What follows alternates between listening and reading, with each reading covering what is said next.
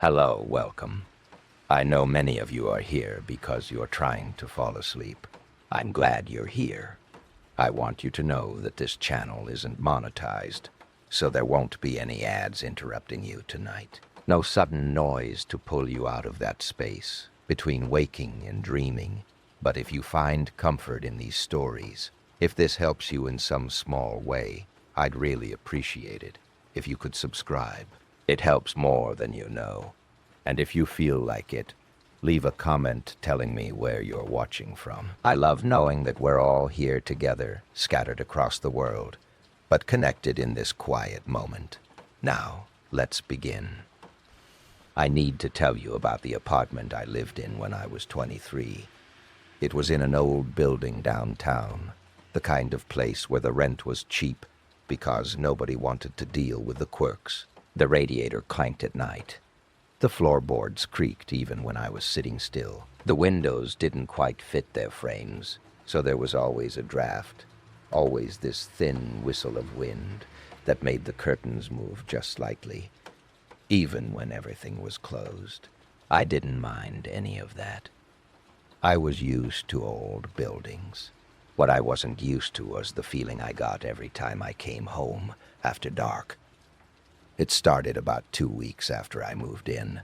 I'd be walking up the stairs to the third floor, and I'd get this sensation like someone was standing at the top of the stairwell, just out of sight, waiting for me to reach the landing. I'd pause, key in hand, and look up. Nothing. I dare. Just a dim yellow light from the hallway bulb and the long stretch of empty corridor. But the feeling wouldn't go away. It sat in my chest, heavy and cold, and it stayed with me until I got inside and locked the door. I told myself it was just nerves, new place, new neighborhood, new routines. I'd adjust. But then I started noticing the smell. It wasn't there every night, just sometimes. I'd come home, unlock the door, step inside, and there it would be, this faint, sour smell, like old milk or something that had been left out too long. I checked the fridge. I checked the trash. I checked under the sink, behind the furniture, inside the closets. Nothing. The smell would linger for a few minutes, and then it would fade, like it had never been there at all. I mentioned it to my landlord once, casually, when he came by to fix a leaking faucet. He barely looked at me, just shrugged, and said, "Old buildings smell like old buildings." He didn't seem concerned. I let it go, but the smell kept coming back. And it was always in the same spot, right by the door in the little entryway between the hallway and the living room. I started noticing that it was strongest when I came home late, after 10 or 11 at night. During the day, nothing. But at night, there it was, faint but undeniable. One night, I came home around midnight. I'd been out with some friends and I was tired, a little drunk, just wanting to collapse into bed. I unlocked the door, pushed it open, and the smell hit me immediately, stronger than it had ever been. I actually gagged. It wasn't just sour anymore. It was rotten, thick, like meat that had been sitting in the heat for days. I stood in the doorway, hand over my nose, trying to breathe through my mouth. I flipped on the light. Everything looked normal. The couch, the coffee table, the little kitchen off to the side. Nothing out of place. But the smell was so strong I could taste it. I walked through the apartment, checking every corner, every drawer, every cabinet, full, every cabinet. I even looked in the oven, which I never used. Nothing. The smell seemed to be coming from everywhere and nowhere at the same time. I opened all the windows, even though it was freezing outside, and I sat on the couch with a blanket wrapped around me, waiting for the smell to clear. It took almost an hour. By the time I went to bed, the apartment smelled like cold air and nothing else. I convinced myself that something had died in the walls, a mouse or a rat, and that eventually it would decompose completely and the smell would stop.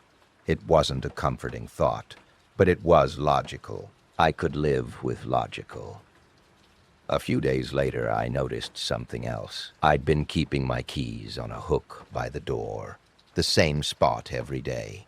It was a habit I'd developed because I was always losing things, always forgetting where I'd put my phone or my wallet or my glasses. The hook by the door was my system. Keys go there, always. But one morning I woke up, and the keys weren't on the hook. They were on the kitchen counter, next to the sink. I stared at them, trying to remember if I'd put them there the night before. I couldn't. I had a clear memory of hanging them up, hearing the little clink of metal against metal as they settled onto the hook. But there they were on the counter. I told myself I'd been distracted. Maybe I'd gotten a glass of water and set the keys down without thinking. It happens. I put them back on the hook and went to work. The next day they were on the coffee table. The day after that, they were on the floor by the couch, half hidden under a cushion that had slipped off. I started paying attention. Every night, I'd come home, hang the keys on the hook, and make a mental note of it. I'd say it out loud sometimes, just to reinforce it. Keys on the hook. And every morning they'd be somewhere else. I thought maybe I was sleepwalking. I'd never done it before, but stress can do strange things to the body. I started putting my phone on the dresser across the room, so I'd have to get out of bed to turn off the alarm, hoping that the movement would wake me up if I was wandering around at night. But I never woke up. I never heard anything, and the keys kept moving. I started leaving other things out as little tests. A book on the coffee table, open to a specific page. A glass on the kitchen counter, half full of water. A pen on the couch, balanced on the armrest. Every morning, something would be different. The book would be closed. The glass would be empty, rinsed and placed in the sink. The pen would be on the floor. I wasn't sleepwalking. I knew I wasn't. I would have remembered getting up, moving things, rinsing a glass. I'm not a heavy sleeper. I wake up if a car alarm goes off outside. I wake up if my phone buzzes. There's no way I was getting up, moving around the apartment, interacting with objects, and then going back to bed without any memory of it. So if it wasn't me, then who was it? I didn't want to think about that question. I didn't want to follow it to its logical conclusion. But it sat in the back of my mind, growing heavier every day. One night, I decided to stay awake. I made coffee, strong and black, and I sat on the couch with all the lights on, staring at the door. I don't know what I expected to see. Part of me thought I'd catch myself in the act, some fugue state where I'd get up and move things without realizing it. Part of me thought nothing would happen, and I'd feel stupid in the morning. I stayed awake until 3 in the morning. My eyes were burning. My head ached. The coffee had worn off, and I was running on nothing but stubbornness and fear. I got up to use the bathroom, and when I came back, the keys were gone. They weren't on the hook. They weren't on the counter, or the table, or the floor. They were just gone. I tore the apartment apart. I checked every drawer, every pocket, every bag. I moved the couch, the chairs, the bookshelf. I checked the bathroom, the bedroom, the closet. Nothing. The keys had vanished. I sat on the floor, back against the wall, trying to understand what was happening. I hadn't left the apartment. I hadn't fallen asleep. I'd been gone for maybe 2 minutes, and the keys had disappeared. I stayed on the floor until the sun came up. When it was light outside, I got up and checked the door. It was locked. The deadbolt was in place. I hadn't heard anyone come in. I hadn't heard anything at all. The keys were on the hook. The keys were on the hook. I stared at them for a long time. I didn't touch them. I didn't want to touch them. They looked normal. The same keychain I'd had for years. The same brass key for the apartment. The same little library card tag. But they felt wrong. The air around them felt wrong. I left the apartment that day and didn't come back until after dark. I don't know why. Maybe I thought the daylight would make a difference. Maybe I thought I'd feel braver once I'd had some distance. I didn't. When I came home, the smell was back, thick and rotten, and the keys were on the kitchen counter.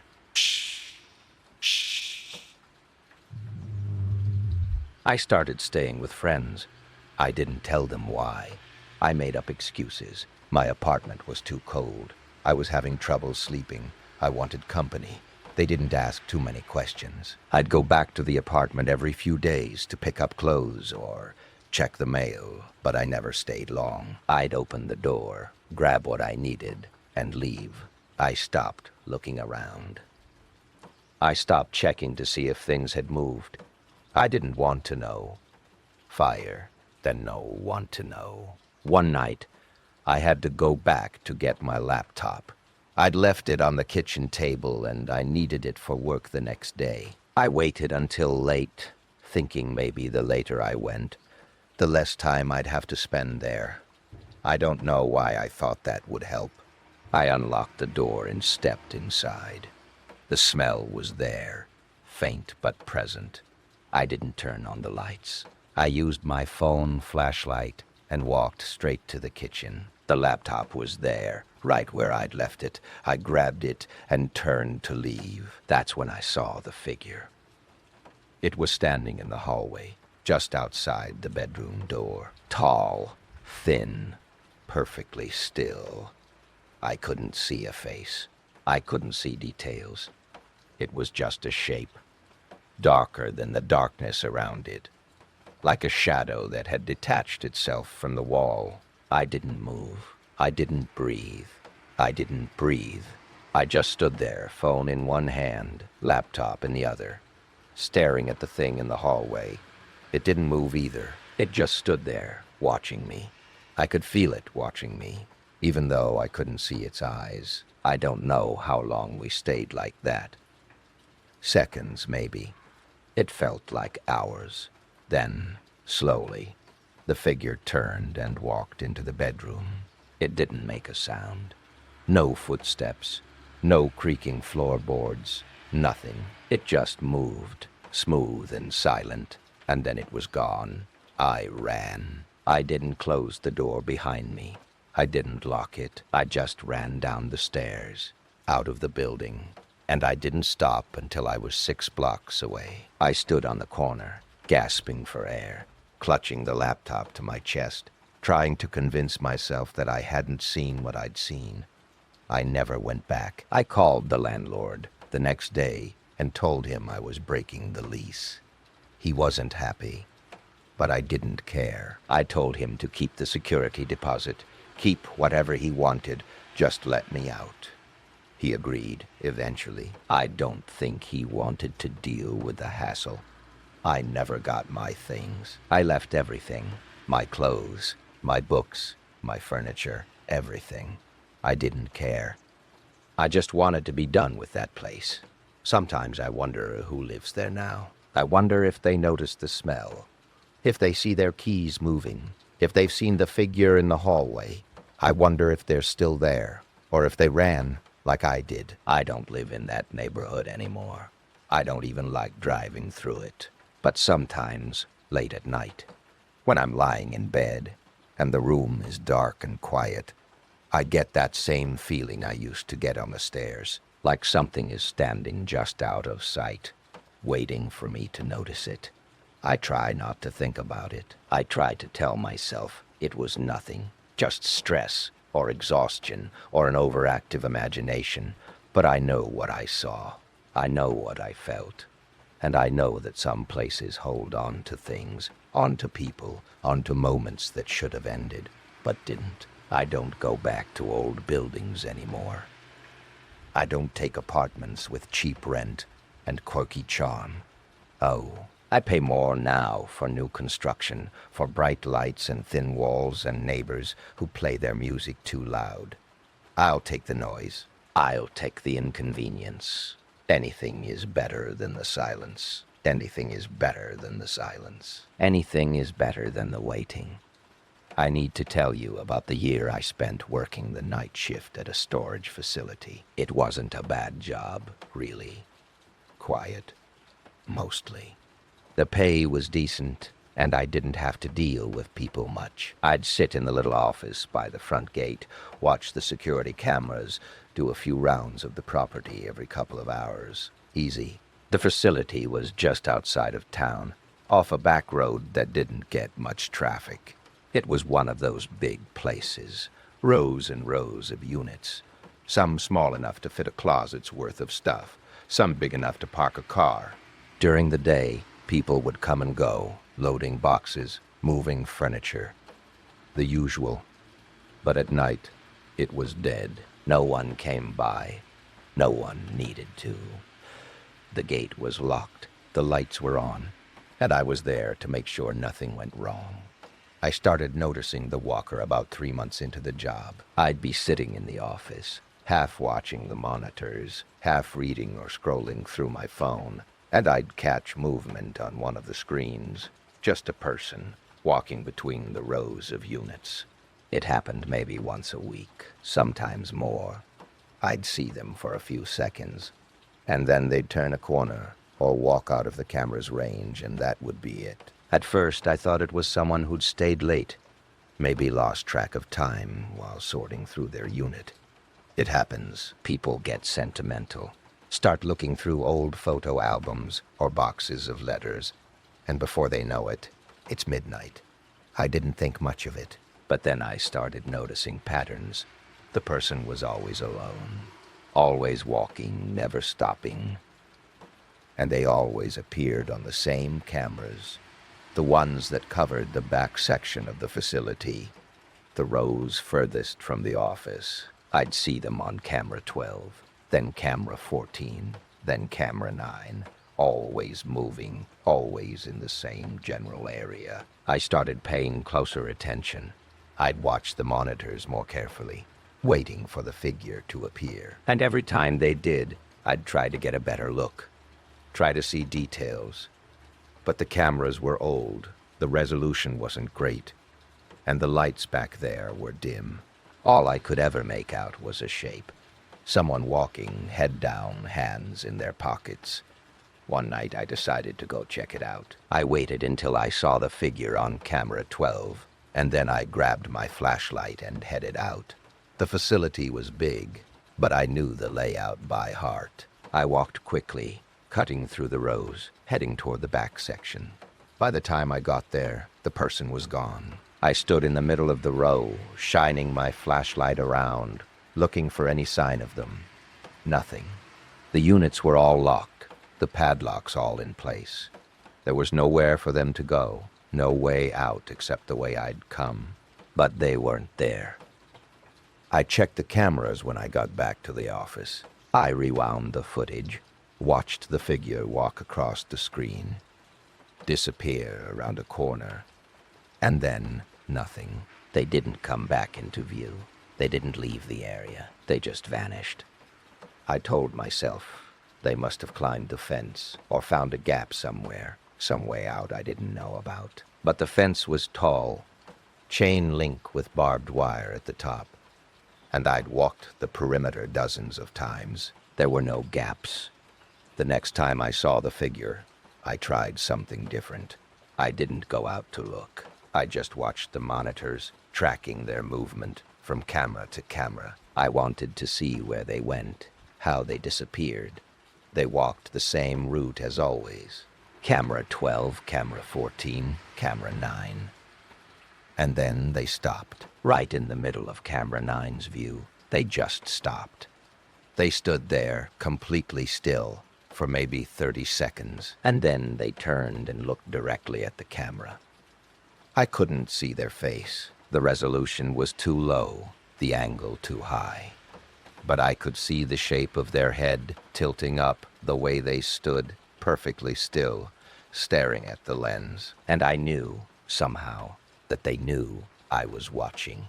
They turned and walked off screen. I didn't see them again that night. I started dreading the nights I saw them. It wasn't every shift, but it was often enough that I couldn't ignore it. And every time, it was the same. They'd walk the same path, stop in the same spot, look at the camera, and then they'd disappear. I tried to find out if anyone else had seen them.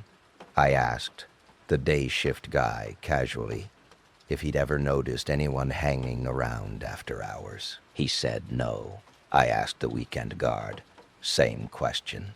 Same answer. It was just me. Same answer. It was just me. I started thinking maybe it was a prank. Maybe someone had figured out my schedule, figured out the blind spots in the cameras, and they were messing with me. It didn't make sense. Who would go through that much effort just to mess with a night guard? But it was the only explanation I could come up with that didn't make my skin crawl. One night I saw them on the monitors and I made a decision. I wasn't going to let this keep happening.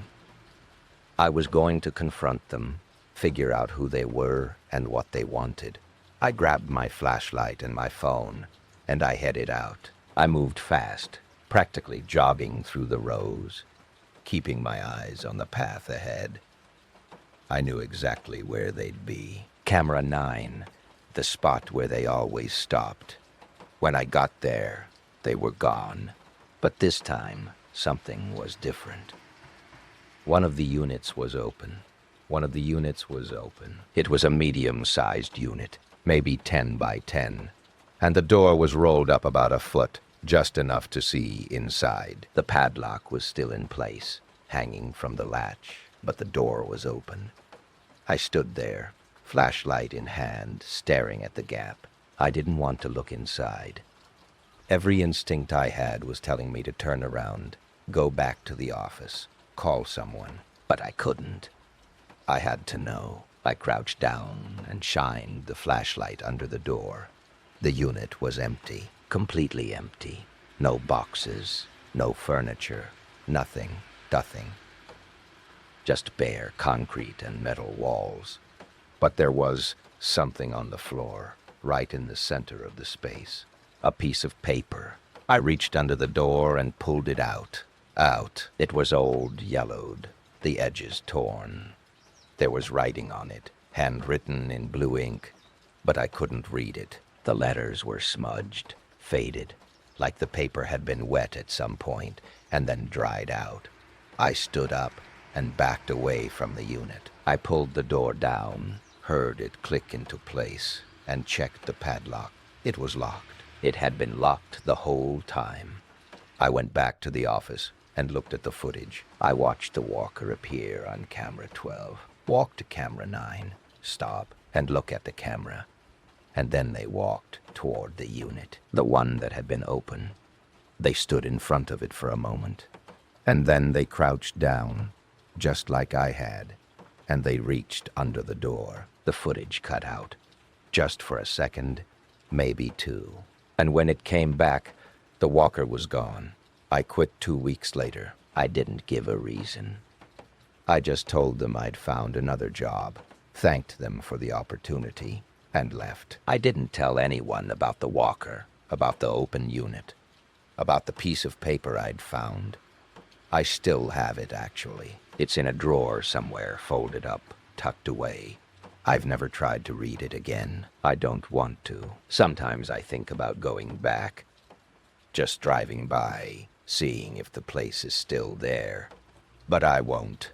I don't need to know. I don't want to know. I don't want to know. There are some things that don't have explanations.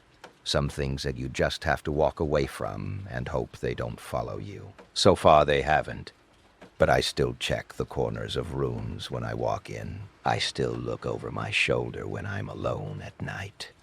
And I still think about that figure, standing in the middle of camera 9's view, looking up at the lens, knowing I was watching. I think they wanted me to know they were real.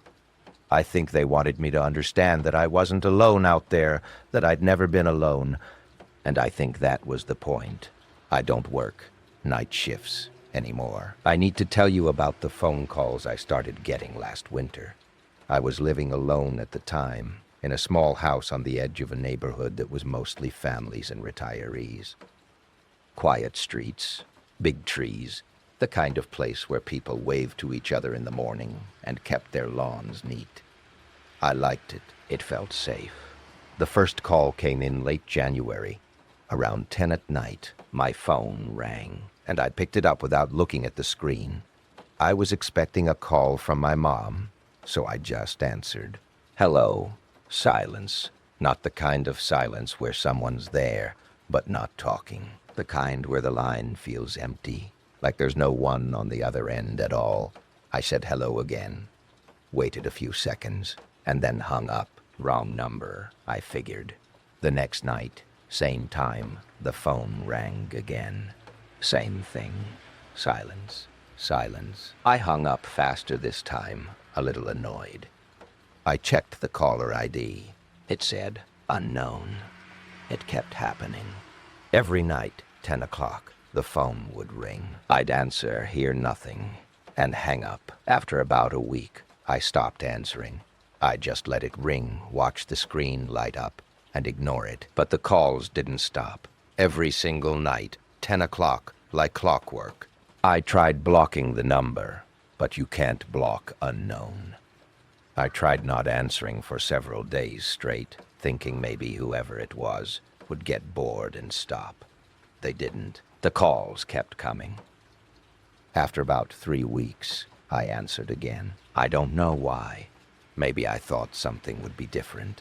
Maybe I just wanted to yell at whoever was doing this, tell them to leave me alone. Hello. This time, there was something. Not words, exactly. Just breathing. Soft, slow, rhythmic, awful, slow, rhythmic. Someone was there, on the other end, just breathing into the phone. Who is this? I said. My voice was sharper than I intended. The breathing continued. In, out, steady, calm, like they had all the time in the world. I hung up. My hands were shaking. The next night, I didn't answer.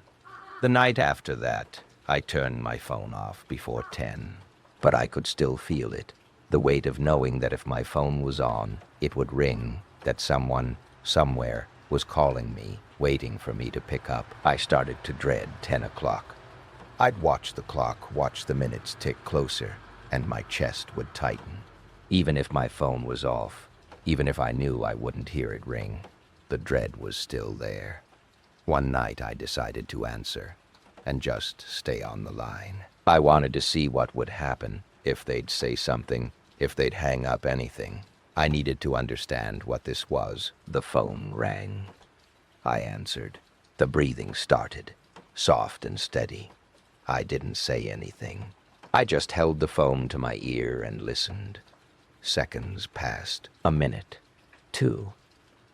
The breathing never changed, never faltered. It was perfectly even, mechanical, almost. And then, after maybe 3 minutes, I heard something else. A sound in the background, faint but distinct. It was a voice, far away, like it was in another room. I couldn't make out the words, but it sounded like someone talking, casual, relaxed. I strained to hear, pressing the phone harder against my ear. The breathing continued steady and constant, but the voice in the background grew a little louder. And then I realized what it was. It was my voice. I was hearing myself talking on the phone, having a conversation I'd had earlier that day. I recognized the words, the exact phrasing. It was a call I'd made to my bank, asking about a charge on my account. I hung up. I threw the phone across the room and watched it hit the wall, the case cracking, the screen going dark. I didn't sleep that night. I sat on the couch with all the lights on, staring at the phone on the floor, trying to make sense of what I'd heard. Someone had recorded me. Someone had been listening to my calls, recording them and playing them back to me. I thought about calling the police, but what would I say? Someone's calling me and playing recordings of my voice. It sounded insane. I didn't even know how it was possible. My phone wasn't old. It had all the standard security features. I hadn't downloaded anything strange, hadn't clicked on suspicious links. How could someone be listening to my calls? I got a new phone the next day. New number, new device, everything. I didn't give the number to anyone except my mom and my boss. I thought that would be the end of it. It wasn't. 3 days later, 10 o'clock, the new phone rang. Unknown number. I stared at the screen, heart pounding. I hadn't given this number to anyone. It wasn't linked to my old accounts, my old contacts, anything. There was no way they could have it. I didn't answer. The phone rang, and then it stopped. A minute later, a voicemail notification popped up. I didn't want to listen to it. I knew I shouldn't, but I had to. I played the voicemail. It was the breathing again, soft and steady, exactly the same as before. And then, faint in the background, I heard my voice. But this time, it wasn't a recording of an old call. It was me, talking to the guy at the phone store that morning. I was hearing a conversation I'd had hours ago, asking about data plans and phone models. The words were exact. Every pause, every inflection. It was me. I dropped the phone.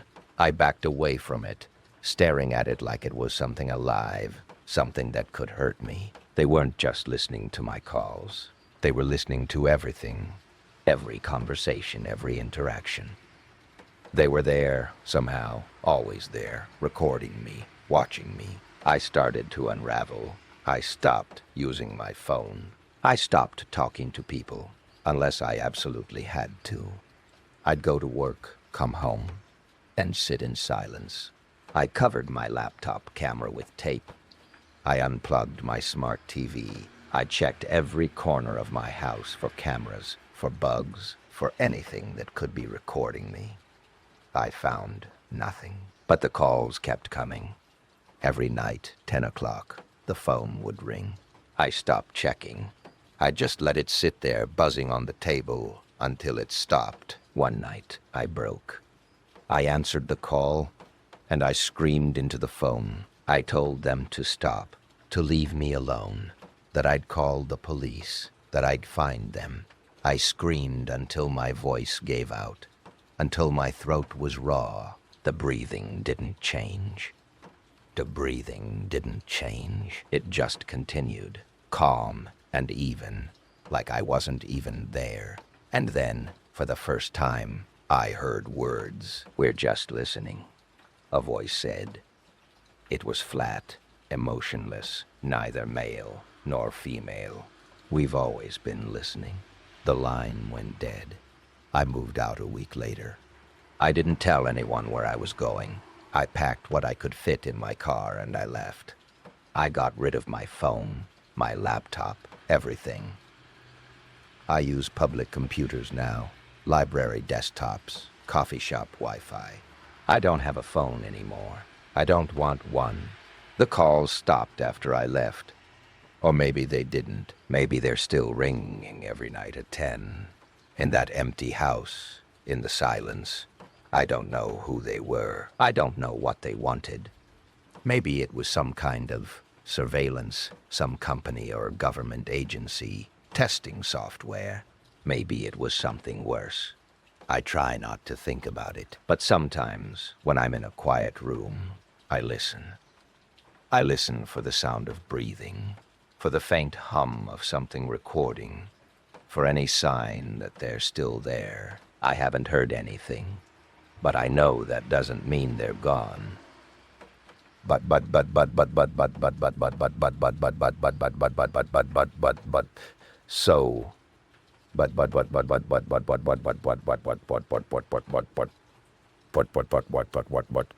Could even. It just means I need to tell you about the summer I houses. She lived about 2 hours outside the city, in a small town that was mostly farmland and forest. Her house was old, built sometime in the early 1900s. with high ceilings and creaky floors and windows that rattled when the wind blew. She'd inherited it from her parents, and she'd lived there alone for as long as I could remember. She was going to be gone for 6 weeks, visiting family overseas, and she asked if I'd be willing to stay at the house and take care of things, water the plants, collect the mail, make sure the place didn't fall apart. I said yes. I needed a break from the city, and I thought it would be nice to have some quiet time. Maybe catch up on reading, do some writing. The house was exactly what I expected, charming in a rustic way, filled with old furniture and faded rugs and shelves crammed with books. There was a big kitchen with a gas stove and a farmhouse sink, a living room with a stone fireplace, and upstairs 3 bedrooms and a bathroom with a clawfoot tub. It felt like stepping back in time. My aunt had left me a list of instructions on the kitchen table. Basic stuff. Where the fuse box was, how to work the thermostat, which plants needed watering and how often. At the bottom of the list, she'd written something in parentheses. Don't go into the basement unless you absolutely have to. I read it a couple of times, trying to figure out if it was a joke. My aunt had a dry sense of humor, and I thought maybe she was just messing with me. But the way it was written, casual but firm, made me think she was serious. I didn't go into the basement that first week. I didn't even think about it. I was busy settling in, getting used to the rhythms of the house, the sounds it made at night. The place was noisier than I expected. The pipes clanked when I ran water.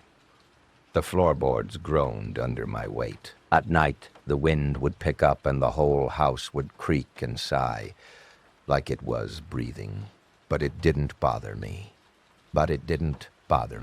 I liked the isolation, the quiet. I spent my days reading on the porch, walking through the fields behind the house, cooking simple meals in the big kitchen. It was peaceful. The second week, I started hearing the knocking. It was faint, rhythmic, coming from somewhere below me. At first, I thought it was the pipes or the foundation settling. Settling? Old houses do that. But the knocking had a pattern to it. 3 knocks, a pause, 3 more knocks, over and over, always the same. I tried to ignore it, but it kept happening. Mostly at night after I'd gone to bed, but sometimes during the day when the house was quiet. I'd be reading or cooking, and I'd hear it. Knock, knock, knock, pause, knock, knock, knock. One afternoon, I went looking for the source. I walked through the house, room to room, trying to pinpoint where it was coming from. It seemed loudest in the kitchen, near the door that led to the basement. I stood in front of the door, listening. The knocking was there, faint but clear, coming from below. I thought about my aunt's note. Don't go into the basement unless you absolutely have to. I decided this didn't count as absolutely have to. I went back to the living room and turned on the TV, trying to drown out the sound. The knocking continued. Every night, every day, the same pattern. I started to feel like I was losing my mind. I couldn't ignore it anymore. I needed to know what was causing it. So one night, I opened the basement door. The stairs were narrow and steep, the wood worn smooth from years of use. There was a light switch at the top, and I flipped it on. A single bulb at the bottom of the stairs flickered to life, casting long shadows across the walls. I stood at the top of the stairs, looking down. The basement was unfinished, just concrete floors and exposed beams. I could see boxes stacked against the walls, old furniture covered in sheets, the usual clutter of decades. The knocking had stopped. I waited, listening. Nothing, just the hum of the light bulb and the faint creak of the house settling. I started down the stairs, one step at a time, gripping the railing. The air was cooler down there, damp and musty. I reached the bottom and looked around. Everything seemed normal. Just an old basement, filled with forgotten things. filled with forgotten things. I was about to go back upstairs when I noticed the door. It was at the far end of the basement, set into the wall, almost hidden behind a stack of boxes. It was small, maybe 5 feet tall, made of heavy wood, with an iron handle. I hadn't seen it from the stairs. It looked old, older than the rest of the house, like it had been there long before the basement was finished.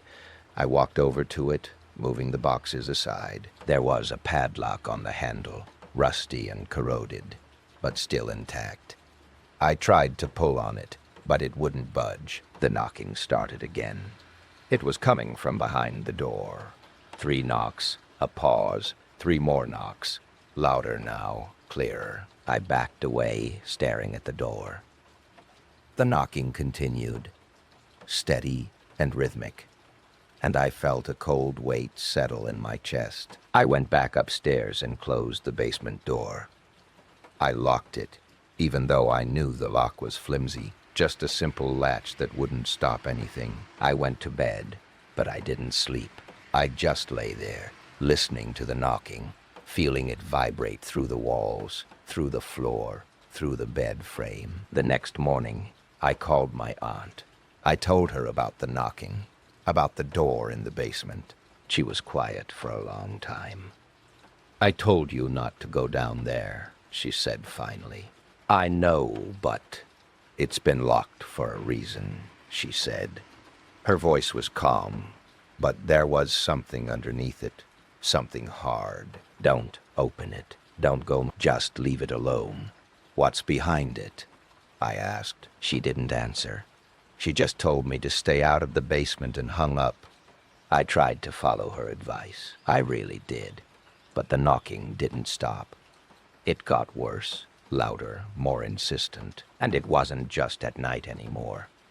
It was constant, all day, every day. Like something was trying to get out. I started having dreams. I'd be standing in the basement, in front of the door, and I'd reach for the handle. The padlock would be gone, and the door would swing open, and I'd see nothing, just darkness, thick and absolute, stretching on forever. And then I'd feel something in the darkness, something watching me, waiting for me to step inside. I'd wake up in a cold sweat, heart pounding, and I'd hear the knocking, faint but steady, coming from below. I lasted another week. Then I couldn't take it anymore. I needed to know what was behind that door. I needed to make the knocking stop.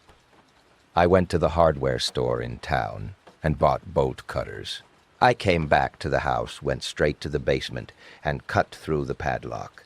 It snapped easily, the old metal crumbling under the pressure. I stood in front of the door, bolt cutters in hand, staring at the iron handle. The knocking had stopped. The basement was silent, the only sound my own breathing. I reached for the handle and pulled. The door didn't open. It was stuck, the wood swollen from years of moisture. I pulled harder, bracing my feet, and finally it gave way with a groan. The space behind the door was small, maybe 3 feet deep. Just a little alcove carved into the foundation. There was nothing inside. No boxes, no furniture, nothing. Just bare stone and dirt. But there was something on the back wall. Scratches, dozens of them, carved into the stone. They were deep, deliberate, covering the entire surface. And in the center, someone had carved words. "Let me out." I backed away, breath catching in my throat. The scratches were old, worn smooth by time, but the words were clear, unmistakable. I slammed the door shut and ran upstairs. I grabbed my bag, threw my things inside, and left. I didn't lock the door. I didn't close the basement. I just got in my car and drove. I called my aunt from the road. I told her I couldn't stay, that I was sorry, that something was wrong with the house. She didn't sound surprised. She just sighed and said she'd find someone else. I asked her about the door, about the scratches, about the words. She didn't answer. She just told me to forget about it, to move on. I tried. I really did. But I can't stop thinking about those scratches, about the knocking, about the feeling I had standing in front of that door. Someone had been down there. Someone had carved those words. And whatever it was, it's still there behind that door, knocking, waiting. My aunt never mentioned it again. She came back from her trip, moved back into the house, and as far as I know, she's still living there. I haven't asked her about it. I don't want to know. But sometimes, late at night, I think about that basement. I think about the door, and the darkness behind it, and the words carved into the stone. And I wonder if the knocking ever stopped. I wonder if it ever will. I need to tell you about the carpooling arrangement I had a few years ago. I was working an office job about 45 minutes from my apartment, and gas was expensive, so I joined a carpool group through a local community board.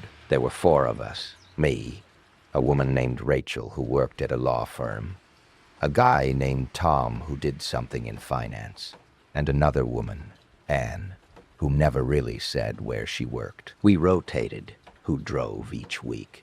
It was convenient, cost-effective, and for the most part, pleasant. Rachel was chatty, always had some story about her kids.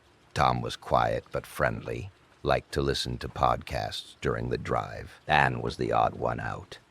She didn't talk much, didn't make eye contact, just sat in the back seat with her headphones in, staring out the window. I didn't think much of it. Some people are just private. She was always on time, always polite, never caused any problems. She was just there. We'd been carpooling together for about 3 months when I started noticing something strange. On the days Anne drove, the car would smell different. Not bad exactly, just off, like old paper or dust, or something that had been closed up for a long time. I'd get in the back seat, buckle up, and the smell would hit me, faint but unmistakable. I mentioned it to Rachel once, casually asking if she'd noticed. She said no. Tom said the same thing. I figured maybe it was just me. Maybe I was sensitive to whatever air freshener Anne used. But then I started noticing the route. Anne always drove the same way, the same roads, the same turns. That wasn't unusual. Most of us had our preferred routes, but Anne's route was longer. Not by much, maybe an extra 10 minutes.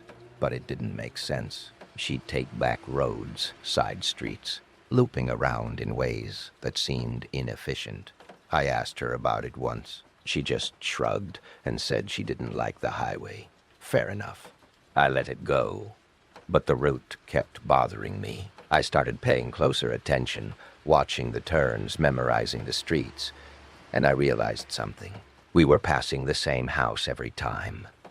A small, run-down place on a corner lot with peeling paint and a sagging porch. Every time Anne drove, we'd pass that house, and she'd slow down, just a little, just enough for me to notice.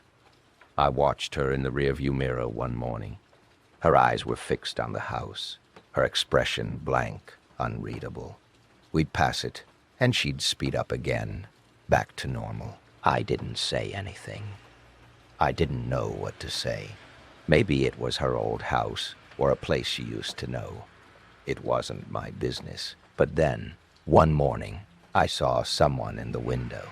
It was early, barely light out, and we were driving past the house like always. I glanced over, and there was someone standing in the front window, looking out. I couldn't see details, just a silhouette backlit by a faint glow from inside. The figure was standing perfectly still, watching the street, watching us. I looked at Anne. She was staring at the house, her hands tight on the steering wheel. She didn't say anything. She just drove past, like she always did. I didn't bring it up. I didn't know how. But I couldn't stop thinking about it. Who lived in that house? Why did Anne drive past it every day? And why did it feel like whoever was in the window was waiting for us? A week later, I decided to drive past the house on my own. It was a Saturday, And I had some errands to run, so I took a detour and went down Anne's route. I drove slowly, watching for the house. When I found it, I pulled over and parked across the street. The house looked worse in daylight. The paint was peeling. The yard was overgrown, and the windows were dirty, almost opaque. There were no cars in the driveway, no signs of life. It looked abandoned. I sat there for a few minutes, trying to decide what to do. Part of me wanted to knock on the door, see if anyone was home, but I couldn't bring myself to do it. The place felt wrong, empty, but not empty. But not empty, like something was inside, waiting. I drove away. That Monday, when Anne picked us up, I watched her carefully. She seemed normal, calm, unbothered. We drove the usual route, past the usual house. I looked at the window. No one was there. But the next day, when Rachel was driving, I saw the house again. We weren't supposed to go that way. Rachel took the highway, but she'd gotten turned around, missed an exit, and ended up on Anne's route. As we passed the house, I looked at the window. The figure was there again, standing in the same spot, perfectly still, watching. I felt a chill run through me. Rachel didn't notice. Tom didn't notice. Tom didn't notice. But I saw it, and I knew somehow that it was watching for Anne. I didn't carpool with them anymore after that. I told them I'd found a job closer to home, which wasn't true, but it was easier than explaining. Rachel was disappointed. Tom didn't seem to care. Anne didn't say anything. She just nodded, like she'd expected it. I still think about that house sometimes. I think about the figure in the window, about the way Anne would slow down every time we passed. I think about the smell in her car, the long route, the silence. I don't know what it was. I don't know if Anne knew the person in the house, or if she was afraid of them, or if it was something else entirely. But I know I didn't want to be in that car anymore. I didn't want to be part of whatever was happening. And I hope, wherever Anne is now, she found a different route. I need to tell you about my neighbor in the apartment I lived in 5 years ago. His name was Mr. Halloran, and he lived in the unit directly below mine. I'd see him sometimes in the hallway or the laundry room, and he was always polite, always smiling. He was older, maybe in his 70s, with thin white hair, and a neat cardigan he seemed to wear year-round. He'd nod at me when we passed, say good morning, ask how I was doing. Normal, neighborly stuff. I didn't know much about him. He lived alone, as far as I could tell. I never saw anyone visiting him, never heard voices from his apartment. He kept to himself, which was fine with me. I liked the quiet. About 6 months after I moved in, I started noticing something odd. I'd hear footsteps at night coming from his apartment. Not loud, not disruptive, just present, slow, deliberate footsteps pacing back and forth. I'd lie in bed and listen to them, tracing the pattern. Living room to kitchen, kitchen to hallway, hallway to living room. Over and over for hours. I figured he had insomnia, or maybe he was restless. Old people don't sleep as well, right? I didn't think much of it. But then I started hearing other sounds. Scraping, like furniture being moved, tapping, rhythmic and persistent. And sometimes, late at night, I'd hear what sounded like whispering. Soft, low, just barely audible through the floor. I couldn't make out the words. I'd press my ear to the floor, trying to listen, but it was too faint. Just a murmur, constant and unbroken, rising and falling like a tide. One night, I ran into Mr. Halloran in the stairwell. It was late, past midnight, and I was coming home from a friend's place. He was standing on the landing between floors, just standing there, hands in his pockets, staring at the wall. "Mr. Halloran," I said. He didn't respond. I took a step closer. "Are you okay?" He turned slowly, blinking like he'd just woken up. "Oh," he said, smiling. "Yes, dear. Just taking a walk."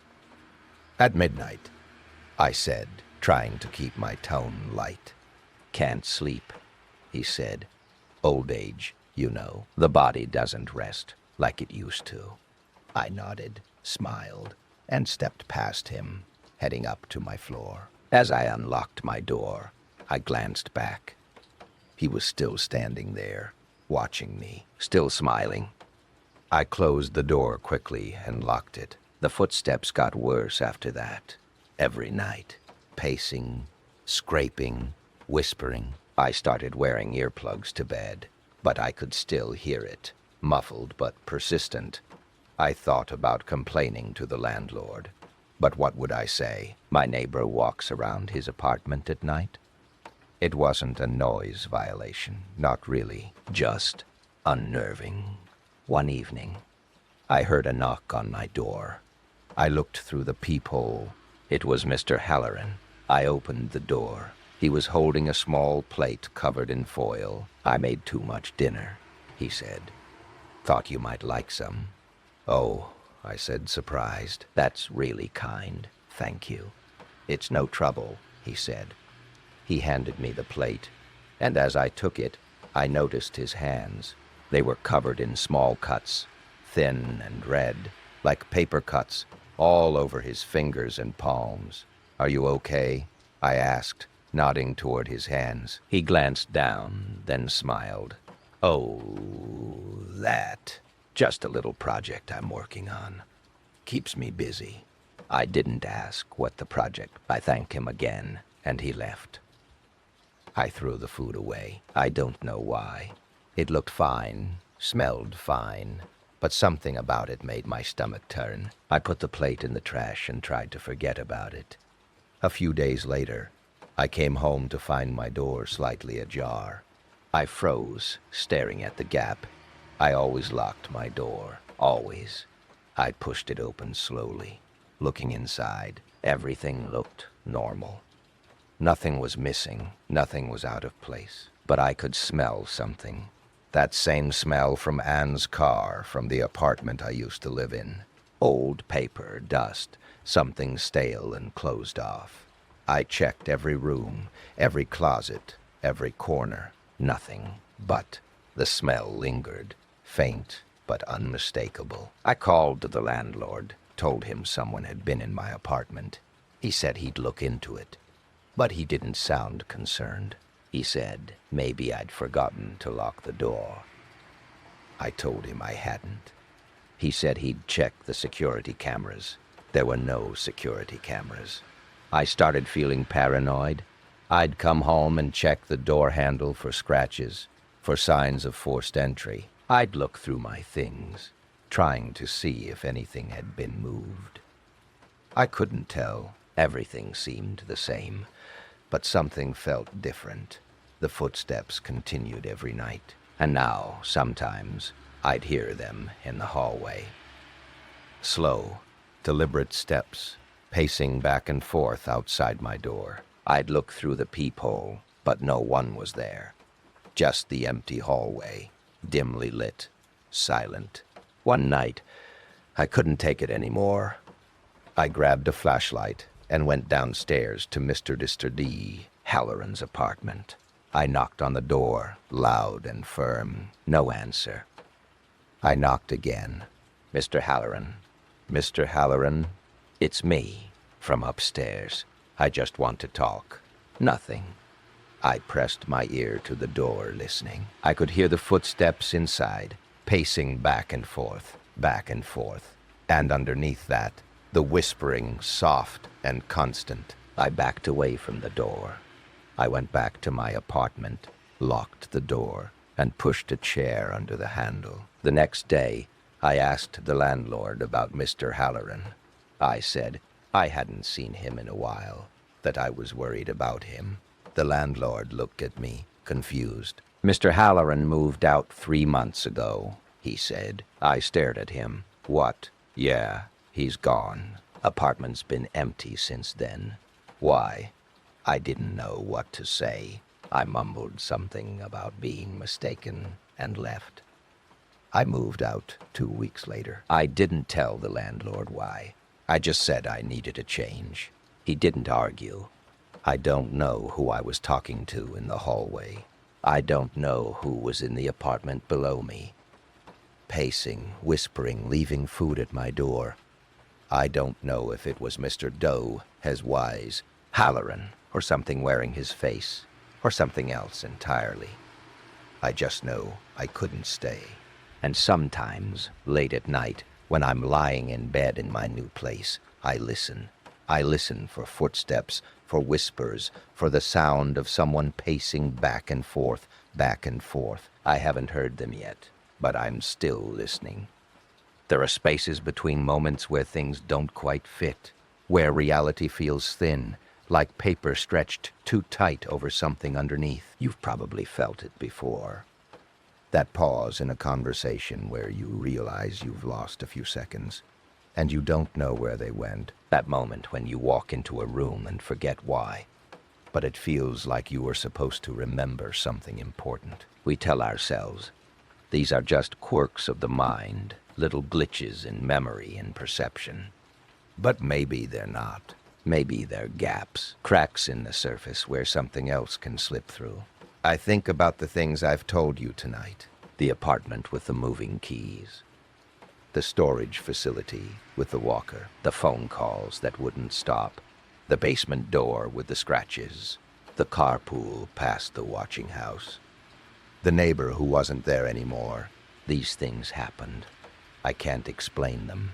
I can't explain them. I can't rationalize them. And I've stopped trying to. Because the truth is, we're not as safe as we think we are. Not in our homes, not in our routines, not in the spaces we think we own. There's always something else.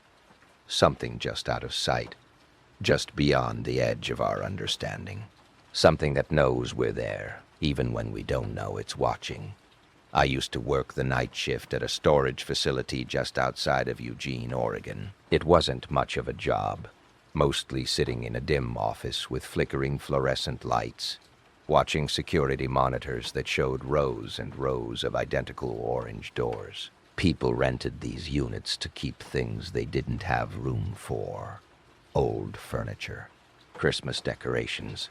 Sometimes I imagined entire lives packed away in those little concrete rooms, waiting. The facility was huge, over 300 units, spread across 2 buildings. During the day it was busy, people coming and going, moving trucks, the metallic clang of roll-up doors.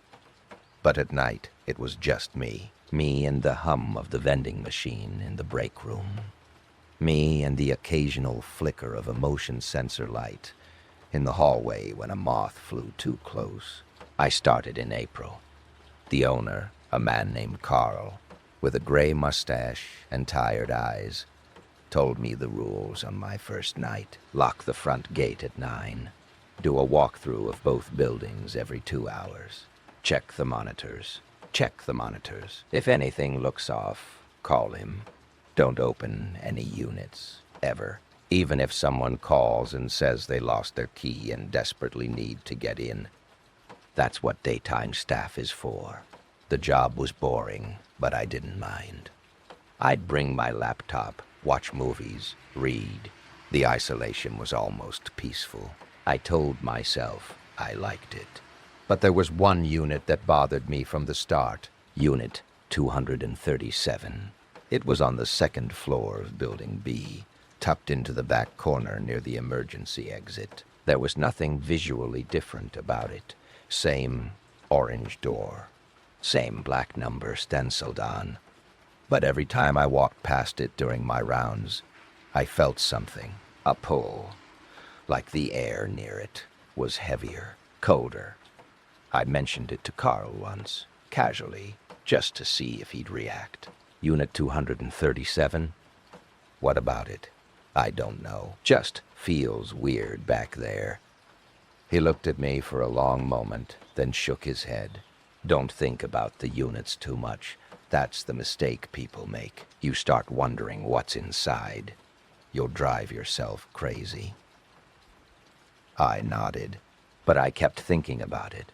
One night in May, maybe 3 weeks into the job, I was doing my midnight walkthrough. Building B was always quieter than Building A. The lights seemed dimmer, the air staler. I climbed the stairs to the second floor, my footsteps echoing off the concrete walls, and started down the long corridor. When I reached Unit 237, I stopped. The door was open, not wide open, just a crack, maybe 6 inches, enough to see darkness inside.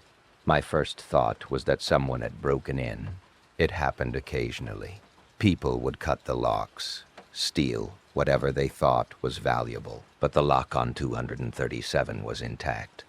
It hung from the latch, undisturbed. I stood there, staring at that sliver of darkness, my flashlight beam trembling slightly in my hand. I should have called Carl. That's what the rules said, but I didn't. I don't know why. Maybe I was curious. Maybe I was stupid. I reached out and pushed the door open a little more. The hinges creaked. Inside, the unit was almost empty. A single folding chair sat in the center of the space, facing the door. And on the chair was a tape recorder, the old-fashioned kind, with 2 circular reels and a small built-in speaker. The record button was pressed down. The reels were turning. I stepped inside. I don't know why I did that either. Every part of me knew it was a bad idea, but I couldn't stop myself. I walked up to the chair, looked down at the recorder, and pressed stop. The reels stopped spinning. For a moment, there was only silence. Then I pressed rewind. The tape whirred backward for a few seconds. I pressed play. At first, there was nothing, just static, faint crackling. Then I heard breathing, slow, rhythmic, and then a voice. My voice. I stepped inside. I don't know why I did that either. I felt my stomach drop. The tape kept playing. Every part of me knew it was a bad idea, but I couldn't stop myself. I walked up to the chair, looked down at the recorder, and pressed stop. I stared at the machine, my hands shaking. That was impossible. I hadn't said those words out loud. I'd been thinking them, but I hadn't. The tape continued. I felt my stomach drop. The tape kept playing. I grabbed the recorder and ripped the tape out, pulling it loose in jagged ribbons. My breath was coming fast now, shallow. I dropped the machine on the chair and backed out of the unit, my eyes locked on that folding chair, that empty space. I pulled the door shut. I didn't run. I don't know why. Don't know why. I just walked back down the hallway, down the stairs, back to the office. I sat at the desk and stared at the monitors. Unit 237 was in the corner of one of the screens. The door closed. I didn't go back to Building B that night. When Carl came in the next morning, I told him what happened. He listened without interrupting, his face unreadable. When I finished, he sighed. You opened it. The door was already open. No, he said quietly. Mo, he said quietly. Mo. Mo, he said quietly. Mo. It wasn't. I didn't understand. I started to argue, but he held up a hand. That unit's been empty for 9 years. The renter died. No next of kin. We tried to auction off the contents, but there was nothing inside. Just a chair. We left it there because, I don't know, felt wrong to move it. Every new night guard we hire, the same thing happens. They see the door open. They go inside. They hear themselves on the tape. That's impossible. I know. So what is it? He looked at me, and I saw something in his eyes I didn't like. Pity, maybe, or fear. I don't know. But every guard who's gone in there quits within a month. They all say the same thing. They start hearing themselves when they're alone. Not on a tape, just in the next room, down the hall, in their car on the drive home, like an echo that shouldn't be there. He was right, though. I started hearing it. My own voice, faint, coming from places it shouldn't. Whispering things I hadn't said yet. I'd be brushing my teeth, and I'd hear myself in the other room, talking about brushing my teeth. I'd be falling asleep, and I'd hear myself describe the act of falling asleep. The words just a few seconds ahead of my thoughts. It's been 4 years. It's gotten quieter, but it never really stopped. Sometimes, late at night, I still hear myself, talking about hearing myself, and I wonder if I ever really left that unit at all. My daughter turned 6 in October. We had a small party at the house, just family, a few friends, a strawberry cake with pink frosting. She was so happy. She wore a tiara and insisted everyone call her Princess Ava for the entire day. My wife and I smiled and played along, and for a little while, everything felt perfect. Ava's always been a creative kid. She draws constantly. Hundreds of pictures scattered around the house. Cats, flowers, our family holding hands under a smiling sun. Her imagination is enormous. Sometimes she'll tell me about the games she plays in her room. Elaborate stories involving stuffed animals and invisible friends. And I'll just listen, amazed at how much depth a 6-year-old can create. But about a week after her birthday, something changed. She started drawing the same picture over and over again. It was always the same. A house. Our house, I assumed, though it looked a little different. The windows were in slightly wrong places. The door was red instead of blue, and standing in front of the house was a figure, tall, thin, no face, just a blank oval where the head should be. The first time I saw it, I didn't think much of it. Kids draw weird things, but then she drew it again and again. I'd find the pictures everywhere, on the kitchen table, on her bedroom floor, tucked into her backpack. "Who's that?" I asked one night, pointing at the faceless figure. She looked up at me with her big brown eyes and smiled. "That's the Watcher." "The Watcher? Uh-huh. He stands outside." "Outside where?" "Outside the house. At night. He wants to come in, but he can't. Not yet." A chill ran through me, but I forced a laugh. "That's a spooky story, sweetheart." "It's not a story," she said simply. Then she went back to coloring. I mentioned it to my wife, Claire. That night, after Ava was asleep, Claire frowned but didn't seem too concerned. She probably saw something on TV, or heard another kid talking about it at school. Maybe. Kids she'll move on. But she didn't move on. The drawings continued. And then she started talking about the Watcher more, casually, like he was a normal part of her day. "The Watcher was outside my window last night. The Watcher says he likes our house. The Watcher wants to meet you." I tried asking her questions, gently, not wanting to scare her. Where did she learn about the Watcher? What does he look like? Why does he stand outside? Her answers were always vague. She didn't know where she learned about him. He was just there. He didn't really look like anything. He was tall and quiet and watched. Claire and I decided to limit her screen time, thinking maybe she'd seen something online. We checked her tablet. Nothing unusual. Mostly educational games and videos of people opening toys. Then, one night in November, I woke up around 2 in the morning. I'm not sure what woke me. The house was silent. Claire was asleep beside me. I lay there for a moment, staring at the ceiling, and then I heard it. Footsteps, small, soft, coming from the hallway. I got up and opened the bedroom door. Ava was standing at the end of the hall, in front of the living room window. Her back was to me. She was completely still. Ava. She didn't turn around. I walked toward her, my heart beating a little faster. "Sweetheart, what are you doing up?" She raised one hand and pressed it against the window. "He's here," she whispered. I looked outside. Our front yard was empty. The streetlight cast a pale orange glow across the grass. Nothing moved, but no from Sud moved. "There's no one there, honey." "Yes, there is." Her voice was calm, certain. He's standing by the tree. I looked again.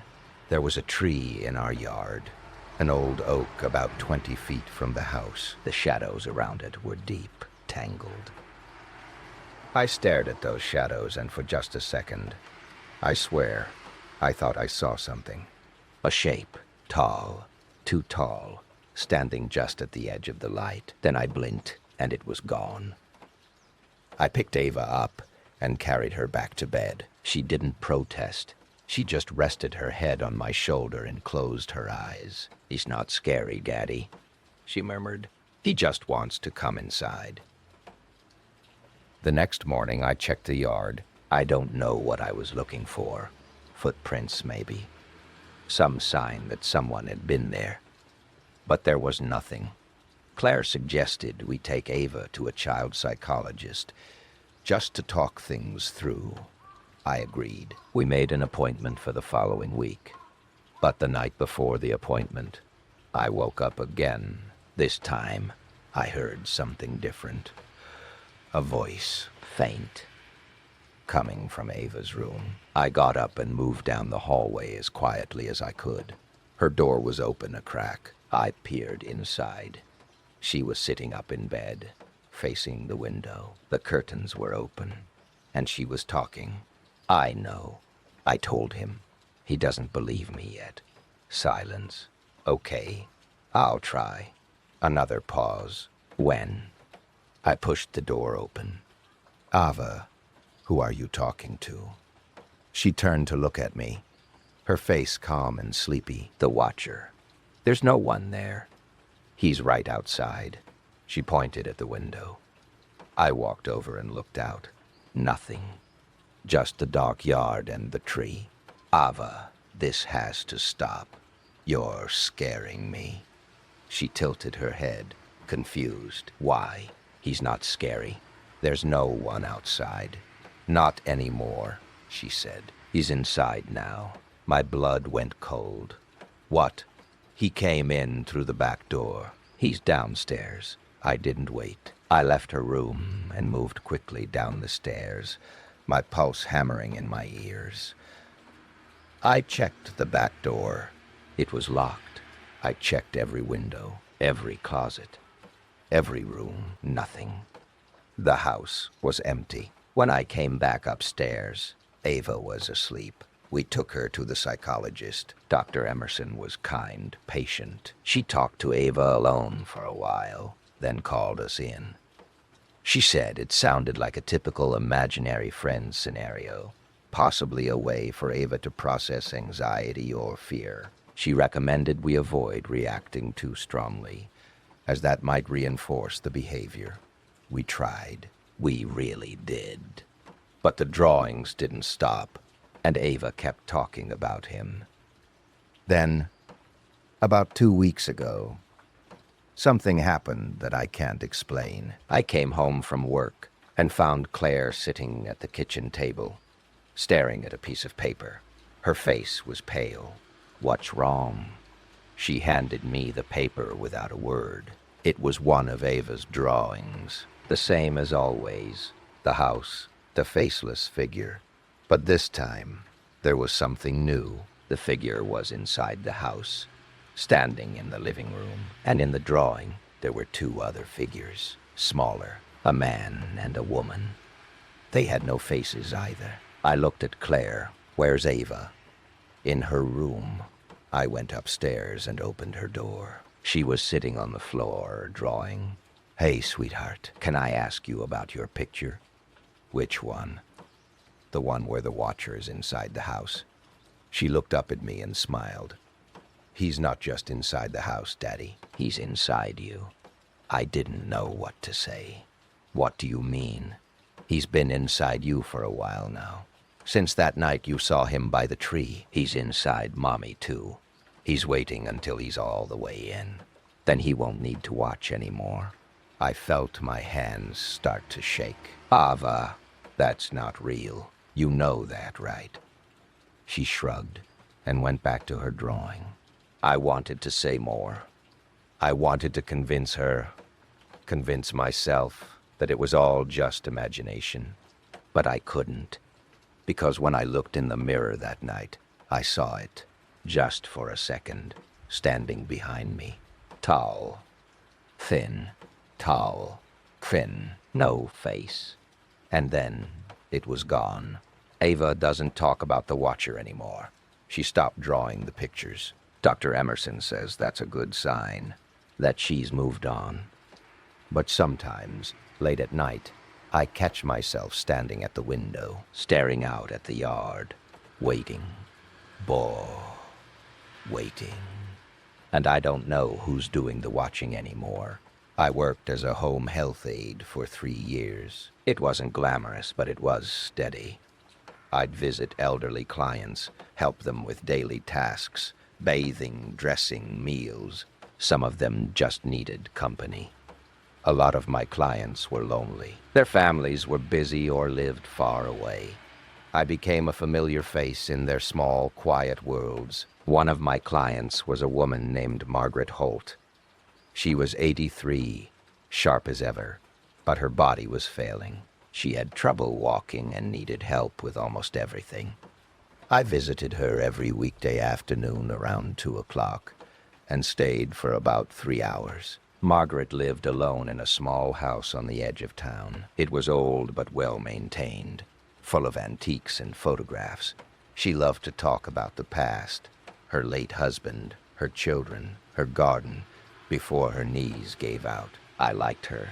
She had a dry sense of humor and didn't complain much, even though I could tell she was in pain. But there was one thing about Margaret's house that always unsettled me: the basement door. It was in the kitchen, painted white, with a silver handle. Nothing unusual about it. But Margaret had one strict rule: never open it. "There's nothing down there you need," she'd said on my first day. "The washer and dryer are in the back room. You won't have any reason to go into the basement." "Okay," I'd said, a little confused. "Is it dangerous? Old stairs?" "Just don't open it." Her tone made it clear the conversation was over. I didn't think much about it at first. Plenty of elderly people have basements they don't use anymore. Maybe hers was full of junk, or maybe the stairs really were unsafe. I had no reason to go down there, so I never tried. But after a few weeks, I started noticing things. Sometimes when I was in the kitchen preparing Margaret's lunch, I'd hear sounds, faint, coming from behind the basement door. A creak, a soft thud, like someone was moving around down there. I mentioned it to Margaret once. "Do you ever hear noises from the basement?" Her expression didn't change. "Old houses make sounds." "I know, but it sounded like, 'Old houses make sounds,'" she repeated, firmer this time. I let it go. But the noises continued, and they always seemed to happen when I was alone in the kitchen, never when Margaret was nearby. Just me.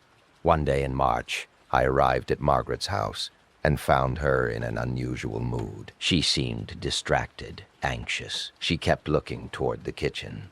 "Is everything okay?" I asked. "Fine," she said quickly, "just tired." I helped her with her exercises, made her lunch, tidied up the living room. But the whole time, I felt like she was watching me, waiting for something. Around 4 o'clock, she asked me to go to the store and pick up a prescription. It wasn't unusual. She often sent me on errands, but something about the way she asked felt off. "Are you sure you're okay?"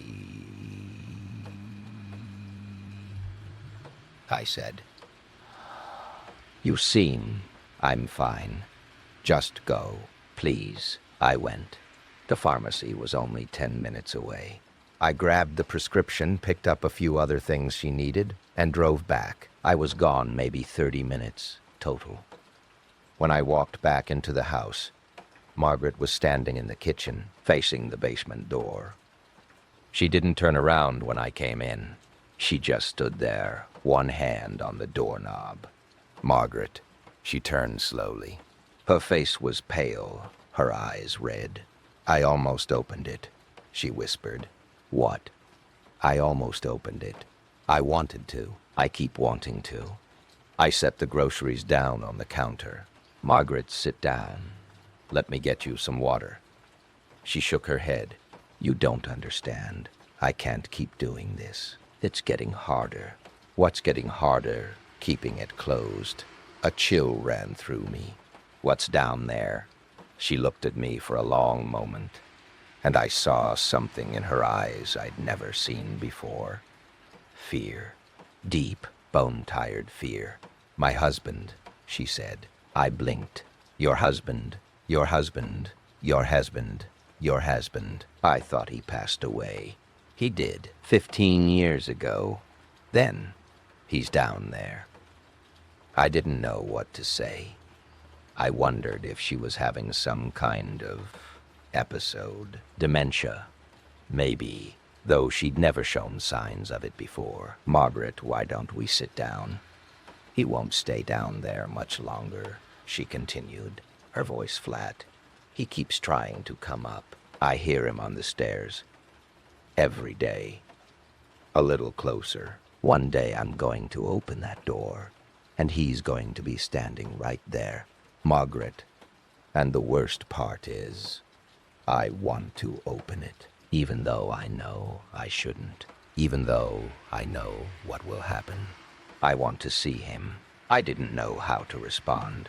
I didn't know how to respond. I convinced her to sit down in the living room, made her tea, and stayed with her until she seemed calmer. She didn't mention the basement again that day, and I didn't bring it up. That chafe, I didn't bring it up, but I couldn't stop thinking about it.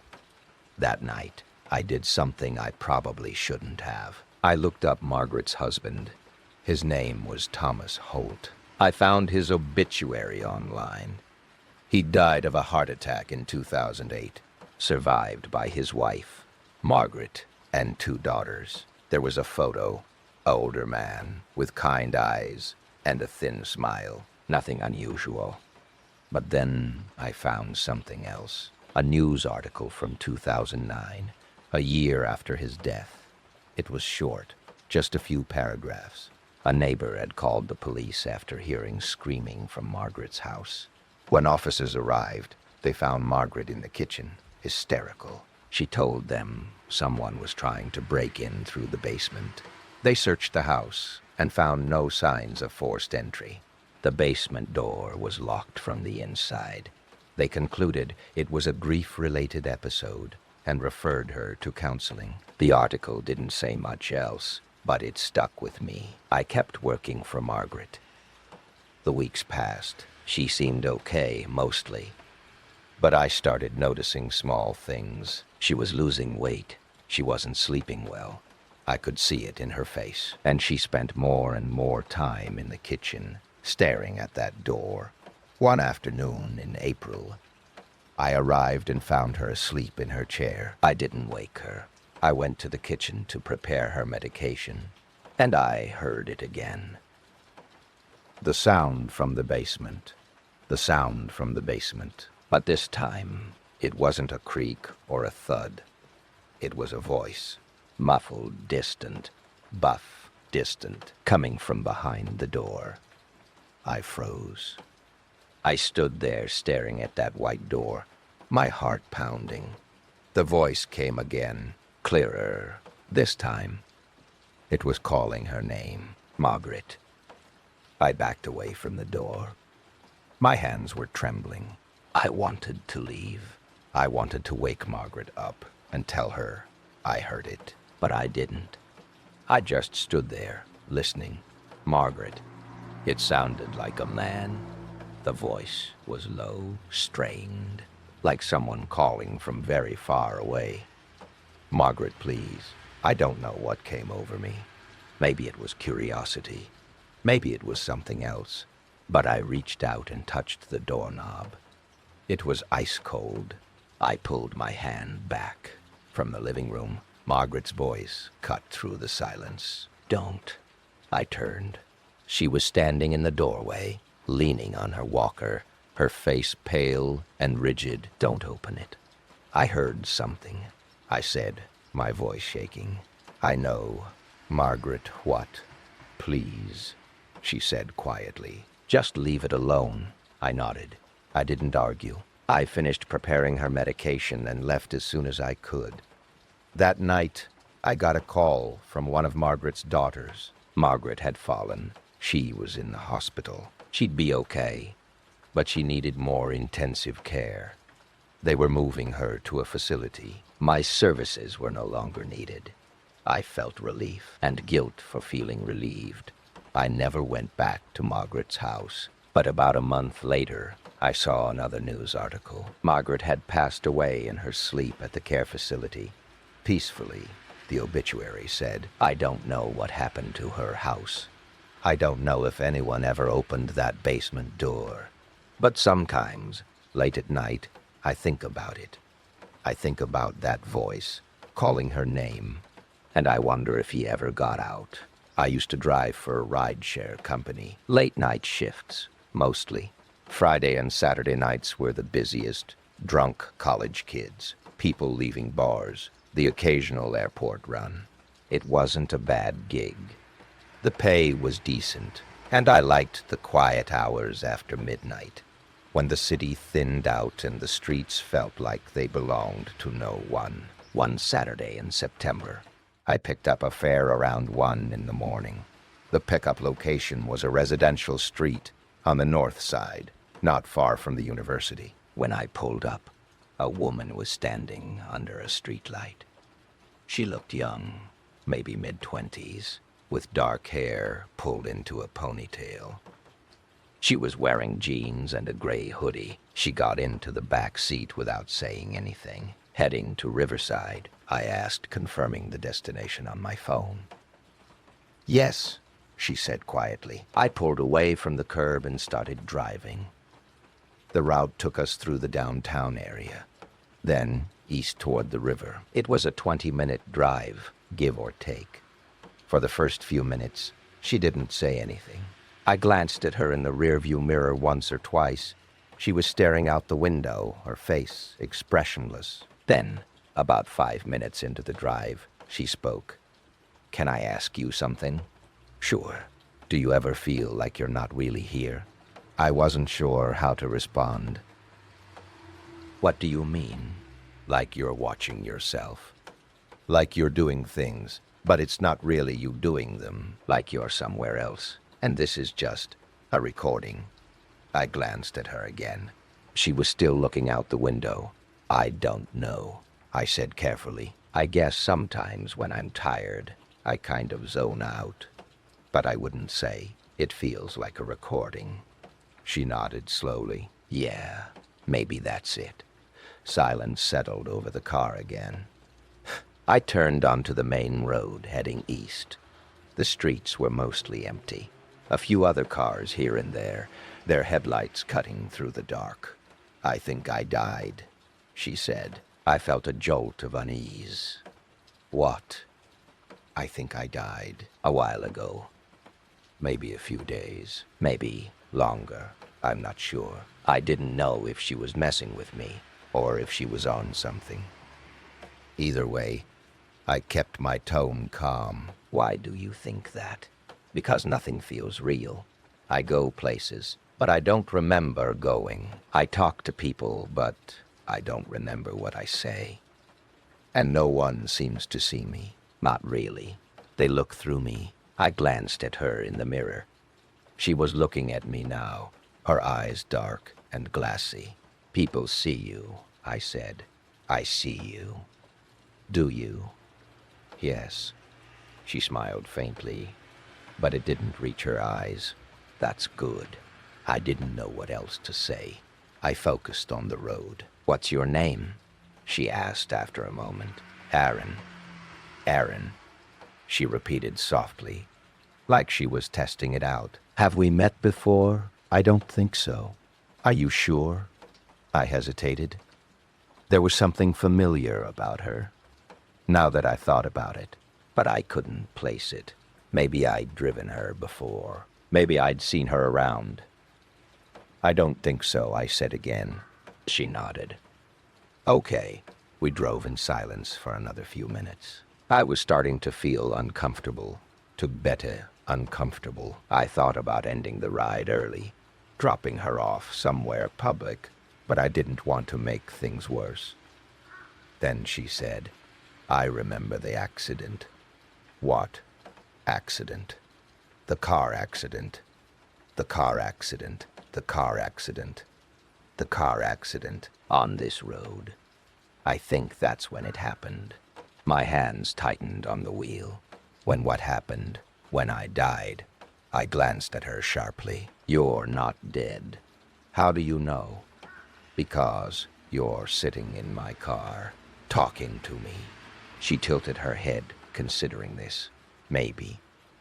Or maybe you're dead too, and you just don't know it yet. A chill ran down my spine. I'm not dead. How do you know? I didn't answer. She leaned forward slightly, her face closer to the gap between the front seats. Do you remember picking me up? Yes. Where? On. I trailed off. I couldn't remember the street name. I'd just driven there on autopilot, following the GPS. You don't remember, she said softly. I do. It was just a few minutes ago. What did I look like when you picked me up? I opened my mouth, then closed it. I couldn't picture it. I remembered pulling up to a streetlight. I remembered her getting in the car, but I couldn't see her face in my memory. It was blurred. You're wearing a gray hoodie, I said. Am I? I looked at her in the rearview mirror. She wasn't wearing a hoodie. She was wearing a white shirt. No jacket. I blinked, gripping the wheel harder. You were wearing a hoodie. Maybe you're remembering someone else. No, you were. I stopped. I looked at the mirror again. The back seat was empty. I slammed on the brakes. The car screeched to a halt in the middle of the road. I twisted around, looking at the back seat. Empty. No one was there. My phone, sitting in the holder on the dashboard, chimed. I looked at it. The ride had been canceled. Passenger, no show. I stared at the screen, my heart hammering. No show. I looked at the time. It was 1:07 a.m. I'd left the pickup location at 1:05, 2 minutes ago. I looked at the street around me. I wasn't on the east side. I was still downtown, only a few blocks from where I'd started. I hadn't driven anywhere. I sat there for a long time, trying to make sense of it. Had I imagined the whole thing? Had I fallen asleep at the wheel? But I remembered her voice. I remembered her words. I drove home. I didn't take any more rides that night, but over the next few days, I couldn't stop thinking about it. I looked up accident reports on that East Side road. I found one from 2 years ago. A young woman, 24, killed in a collision late at night. No other details. No name released. I don't know if it was her. I don't know if any of it was real. But sometimes, when I'm driving late at night, I see her in the rearview mirror, sitting in the back seat, staring out the window, and when I look again, she's gone. My brother and I used to be close. Growing up, we did everything together. Built forts in the backyard, played video games until our eyes hurt. Stayed up late telling ghost stories. He was 2 years younger than me, but he was fearless. Always the one pushing boundaries, daring me to do things I was too scared to try. When we got older, we drifted apart. It happens. I went to college, got a job, moved to a different city. He stayed home. We'd talk on the phone every few months, see each other at holidays. It was fine, normal. Then, About a year ago, he called me out of nowhere. It was late, past 11, and I almost didn't pick up. But something made me answer. "Hey," I said. "What's up?" There was a pause, then his voice, quieter than usual. "I need to tell you something, okay? I've been seeing things. What kind of things? I don't know. Shadows, I guess. People who aren't there. It started a few months ago. I thought I was just tired, but it's getting worse." I felt a pang of concern. "Have you seen a doctor?" "Yeah. They said it might be stress. Gave me some pills, but it's not stress. I know what I'm seeing." "What are you seeing?" He was quiet for a long moment. "You." "What?" "I keep seeing you in my apartment, standing in the corner of my room, or in the hallway. You're just standing there, staring at me. And when I try to talk to you, you don't answer. You just stare." A cold knot formed in my stomach. "That's not me." "That's not me. You know that, right?" "I know, but it looks exactly like you. Same face, same clothes, everything. Maybe it's a hallucination." "Everything. The stress. It's not a hallucination," he snapped. Then, softer, "I'm sorry. I don't know what's happening." I told him to call me if it got worse. I told him I'd come visit soon. He said okay, and we hung up. I didn't visit. I told myself I was too busy with work, and I'd go see him in a few weeks. But the truth is, his call unsettled me. I didn't want to think about it. He called again a week later. This time, he sounded worse. His voice was shaky, like he hadn't slept. "It's not just in my apartment anymore," he said. "I saw you at the grocery store yesterday. You were standing at the end of the aisle, just watching me. I tried to walk toward you, but you turned and walked away. I followed, but you disappeared. This is serious. You need to see someone." I did. They think I'm losing it. Maybe I am, but it feels real. It feels like you're actually there. I'm not, I know. Have you told anyone else? Who would I tell? Mom. She'd freak out. Mom.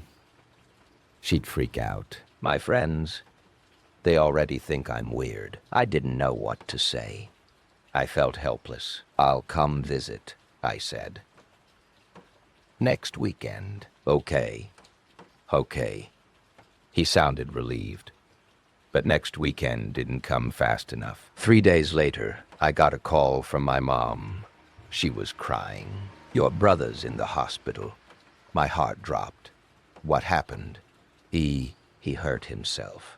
He said he was trying to get away from someone. He ran out into the street and got hit by a car. Is he okay? He's alive. But he's in bad shape. You need to come. I drove through the night. 6 hours. Straight. I barely remember the drive. All I could think about was him, lying in a hospital bed, and the thought that I should have visited sooner. When I got to the hospital, my mom was in the waiting room. She hugged me, and we sat together in silence for a while. Eventually, the doctor came out and said I could see him. He was awake, bandages on his head, his arm in a cast. He looked small in that hospital bed, fragile in a way I'd never seen before. "Hey," I said, sitting down beside him. He looked at me, and for a moment his eyes widened in fear. "It's okay," I said quickly. "It's me. Really me." He relaxed. "Just a little." "I know. I can tell. What do you mean?" "The other one, it doesn't talk. It just stares. You're safe here." He shook his head slowly. "No, it's still here. I saw it this morning." I saw it this morning, standing in the corner of the room. I glanced at the corner. Empty. "There's no one there," I said gently. "Not now, but it comes back." We talked for a while. He told me everything, how the sightings had escalated, how he started seeing me everywhere, outside his window in reflections, standing at the foot of his bed at night. He said he'd tried to ignore it, tried to convince himself it wasn't real, but it kept getting closer. The night before the accident, he said, his voice barely a whisper, it was in my room, right next to my bed, and it leaned down, like it was going to say something. I could feel its breath on my face. That's when I ran. I felt sick. "I'm so sorry," I said. "I should have come sooner. It's not your fault, but it felt like it was." He stayed in the hospital for 2 weeks. I visited every day. He seemed to be getting better, physically at least. The doctors were optimistic. But he still saw it. Every day he'd tell me the same in the bathroom, at the window. I never saw anything. When he was finally discharged, I helped him move into a new apartment. He said he couldn't go back to the old one. Too many memories, too many sightings. For a while, things seemed okay. He was taking medication, seeing a therapist. We talked on the phone more often. He seemed calmer. But then, about 2 months ago, he stopped answering my calls. I drove to his apartment, knocked on the door. No answer. I used the spare key he'd given me and went inside. The apartment was empty, not just empty of people, empty of everything. No furniture. No furniture, no belongings. Just bare walls and floors. I called my mom. She hadn't heard from him either. I called his friends. No one knew where he was. Friends. I filed a missing person report. The police searched, but they didn't find anything. No leads, no signs of where he went. It's been 2 months. He's still missing. But last week, something happened. I was at home, getting ready for bed, when I saw something in the hallway.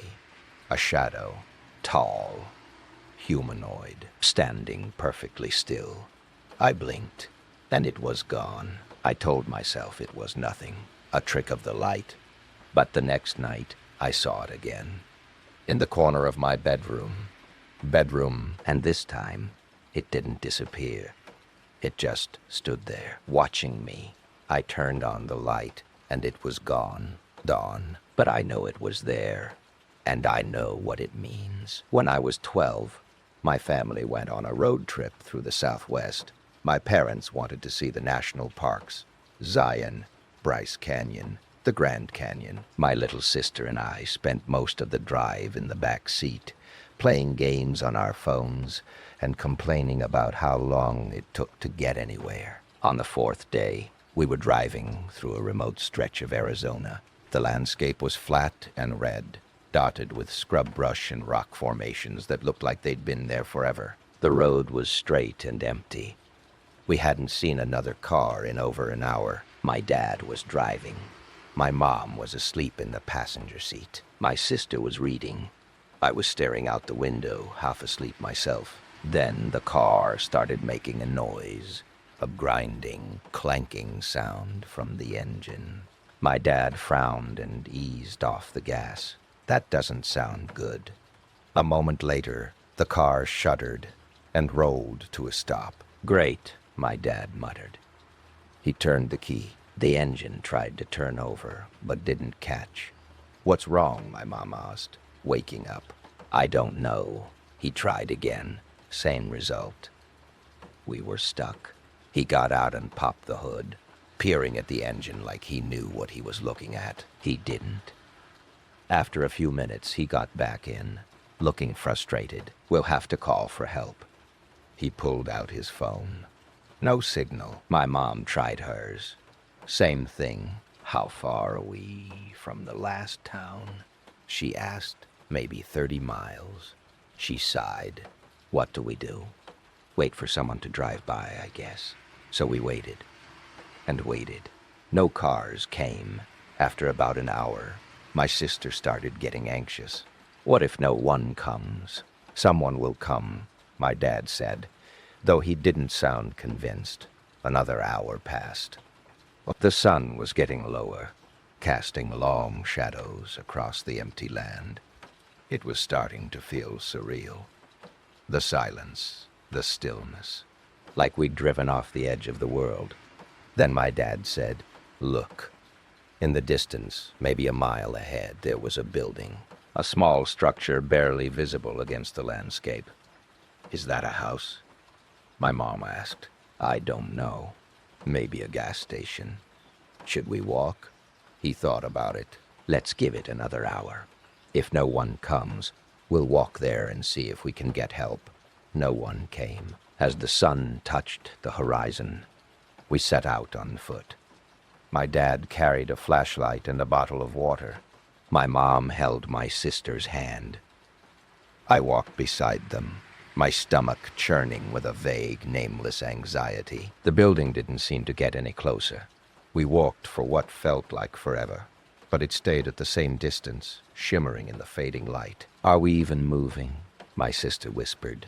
"Of course, we're moving," my dad said, but his voice was uncertain. Finally, just as the sky turned dark, we reached it. It was a gas station, or it had been once. The pumps were rusted and broken, the windows boarded up. The sign was faded, unreadable. It looked like it had been abandoned for decades. "This can't be right," my mom said. My dad walked up to the door and tried the handle. Locked. He knocked. No response. No response. "Well, maybe there's someone around back," he said. We walked around the building. There was a small gravel lot, a dumpster, a door with a faded employees only sign. My dad knocked on that door too. Oh, this time it opened. Not all the way. Just a crack.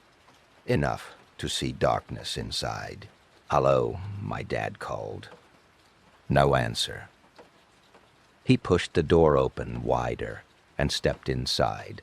My mom hesitated, then followed. My sister and I went in last. The inside of the building was dim, lit only by the flashlight in my dad's hand. It smelled like dust and something else, something sour organic. The room looked like it had been an office once. A desk in the corner, a filing cabinet, a corkboard on the wall with yellowed papers pinned to it. "Hello," my dad called again. Still no answer. Then my sister tugged on my mom's sleeve. "Look," she pointed at the corkboard. There were photographs pinned to it, dozens of them. Polaroids, mostly faded and curling at the edges. My dad walked over and shone the flashlight on them. They were pictures of people, families, individuals, all standing in front of the gas station. And they all looked wrong. Not wrong in an obvious way, but something about their faces, stiff, expressionless, like mannequins. "Let's go," my mom said quietly. "Yeah," my dad agreed. We turned to leave, but the door was closed. For the door was closed. My dad walked over and tried the handle. It didn't budge. "It's stuck," he said. "What?" "It's stuck." He pulled harder. Nothing. A sound came from somewhere deeper in the building. A creak, like a footstep on old wood. My mom grabbed my sister and pulled her close. "Is someone there?" No answer. The creak came again, closer. My dad shone the flashlight toward the back of the room. There was another door there, half open, leading into darkness. "We need to get out of here," my mom whispered. My dad nodded. He threw his shoulder against the door. Once, twice. On the third hit, it burst open, and we stumbled out into the cool night air. We didn't stop. We ran back toward the road, away from that place. We ran until we saw headlights, a truck coming down the highway. My dad waved it down. The driver stopped, a weathered man with kind eyes. He gave us a ride to the nearest town and called a tow truck for our car. We never talked about what happened in that building. Not really. We got the car fixed, finished the trip, went home. Life went on. Life went on. But a few months later, I was looking through some photos on my mom's phone. Pictures from the trip. Landscapes. Family selfies. And then I saw it. A picture I didn't remember taking. It was us. All four of us. Standing in front of the gas station. Our faces were blank, stiff, like the people on the corkboard. I deleted it. I didn't tell anyone. But sometimes I wonder if we're really the ones who left that place, or if we're still there. I used to work night shifts at a call center. It wasn't glamorous. It wasn't even particularly interesting. Bawd. But it paid the bills, and I didn't mind the quiet. Most of the calls came in during the first few hours of my shift, and then things would taper off around 2 or 3 in the morning. That's when the building felt different. The fluorescent lights buzzed a little louder. The air conditioning hummed in a way that almost sounded like breathing. I'd be alone on my floor, headset on, waiting for the phone to ring. One night, maybe 4 months into the job, I got a call at 3:47. I remember the time because I'd been watching the clock, willing it to move faster. The caller ID showed a local number. I clicked to answer. "Thank you for calling. This is Jamie. How can I help you tonight?" Silence. Not the kind of silence where someone's thinking or fumbling with their phone. The kind where you can tell someone is there on the other end listening, breathing. "Hello?" I said again. "Can you hear me?" Still nothing. But I could hear something faint in the background. Hard, bucked hard, ducked her something faint. In the background, it sounded like wind, or maybe static. I couldn't tell. I waited a few more seconds, then disconnected the call. Wrong number, probably. Or a butt dial. It happened all the time. I went back to scrolling on my phone. 10 minutes later, the phone rang again. Same number. I answered. "Hello, this is Jamie." This time, there was a voice, a woman's voice, soft, almost a whisper. "Is anyone else there with you?" The question caught me off guard. "I'm sorry. Are you alone?" I hesitated. It felt like a strange thing to ask, but I figured maybe she was nervous. Maybe she needed help with something sensitive. "I'm the only one on this floor right now." "Yes, but I'm here to help. What can I do for you?" There was a pause. Then she said, "You should check the stairwell." "I'm sorry, what?" "The stairwell. On your floor." "By the stairwell. On your floor. You should check it." My stomach tightened. "Ma'am, I think you might have the wrong number. This is a customer service line for—" "I know where I called," she said. Her voice was still soft, but there was something firm underneath it, something that made my skin prickle. "I'm trying to help you. Check the stairwell." Then the line went dead. I sat there for a moment, staring at my screen. My heart was beating a little faster than it should have been. It was just a prank call. It had to be. But the way she'd said it, the certainty in her voice, I looked across the room toward the exit sign above the stairwell door. The floor was silent. The only sound was the hum of the lights and the faint clicking of the ventilation system. I told myself I wouldn't go. There was no reason to. But the longer I sat there, the more I felt like I had to. Just to prove to myself that there was nothing there. Just to stop my brain from spinning. I stood up, took off my headset, and walked toward the stairwell.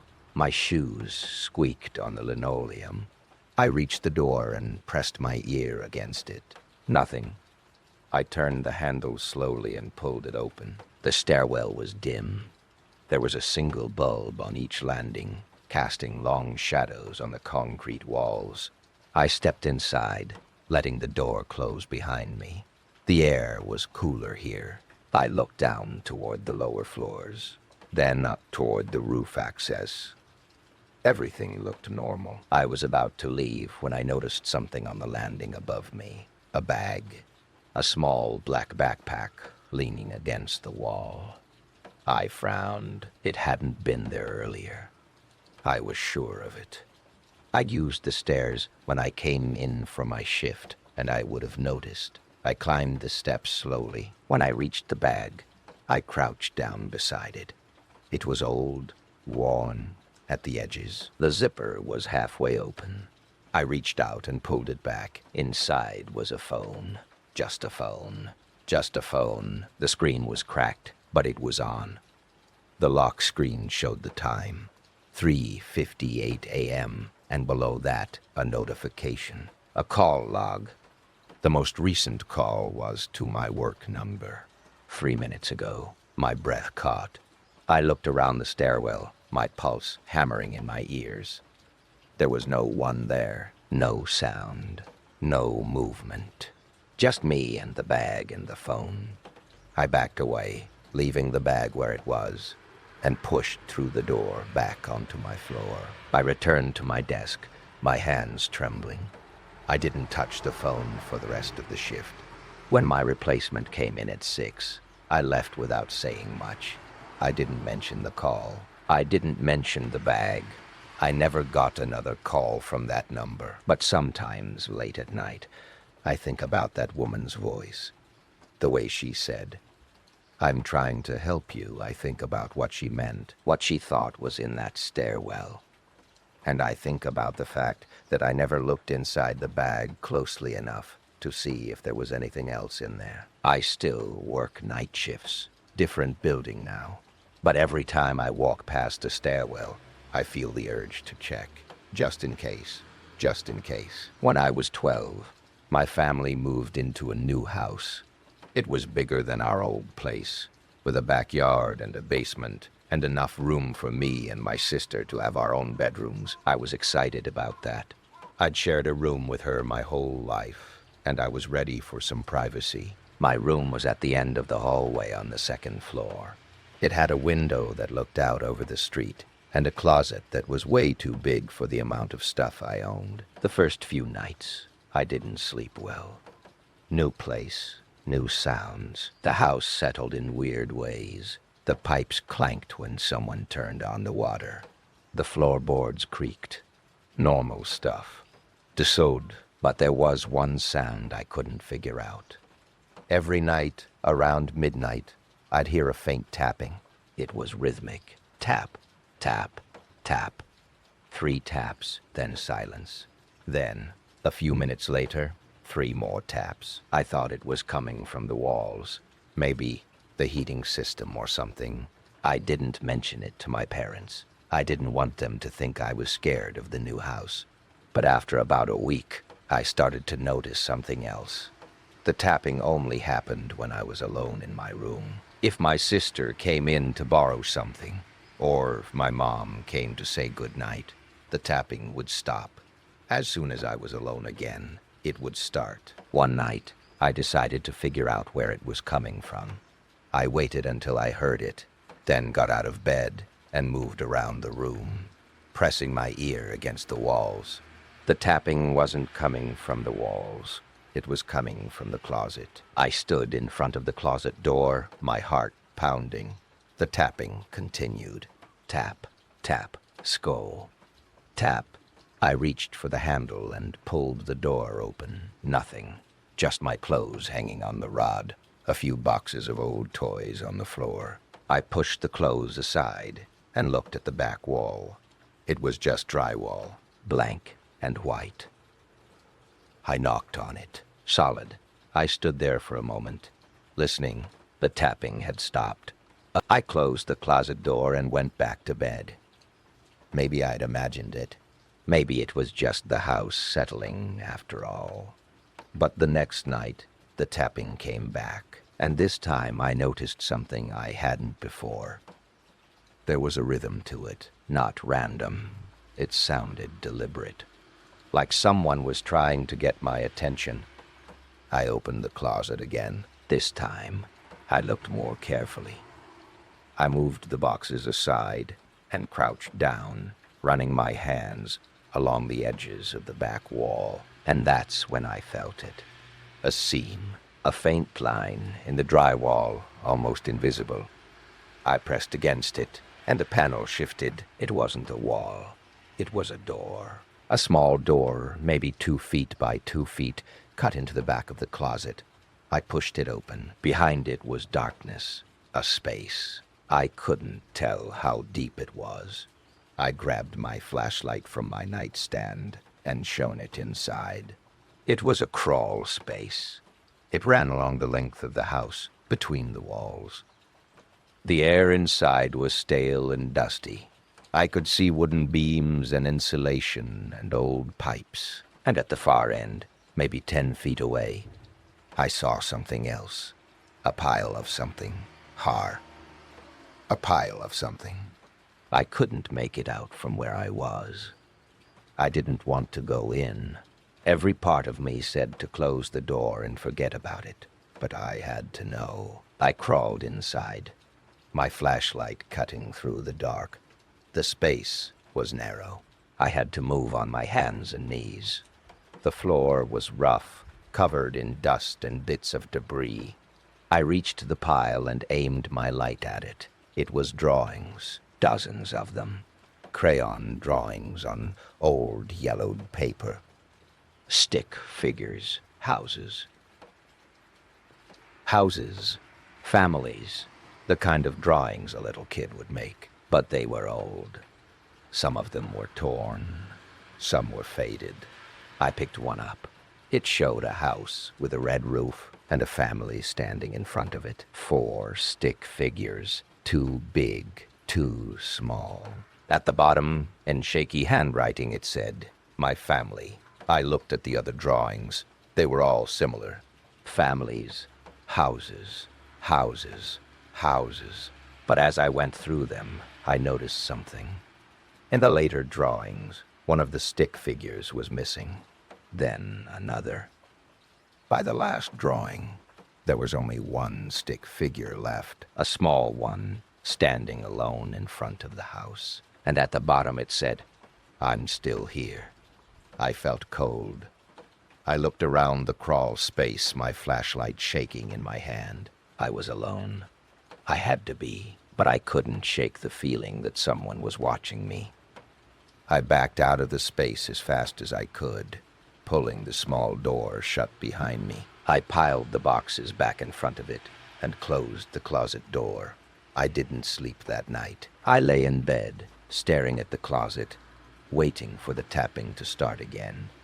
It didn't. The next day I told my parents what I'd found. My dad went into the crawl space and brought out the drawings. He looked at them for a long time, his face serious. He asked the previous owners about it. Turns out, a family had lived in the house before us. They had 2 kids. One of them, a little girl, had gone missing years ago. They never found her. The family moved away not long after. My dad sealed the crawl space. He put up new drywall, painted over it. We never talked about it again. But sometimes, late at night, I still think about those drawings, about that last one. I'm still here, and I wonder if she was. I had a best friend in college named Ethan. We met during orientation and hit it off immediately. Same sense of humor, same late-night existential conversations over cheap beer. We were inseparable, beguiled. We rented an apartment together our sophomore year, and it felt like the kind of friendship that would last forever. The kind you read about. Ethan had a habit of sleepwalking. He'd mentioned it once or twice, said it started when he was a kid. He'd wake up in strange places, standing in the kitchen, sitting on the couch, once even outside on the front steps. He didn't think much of it, neither did I. I figured it was just one of those quirks some people have. One night, I woke up to the sound of footsteps in the hallway. I glanced at my clock, 2:30 in the morning. I assumed it was Ethan getting water or going to the bathroom. But the footsteps didn't stop. They paced back and forth, slow and deliberate. I lay there, listening.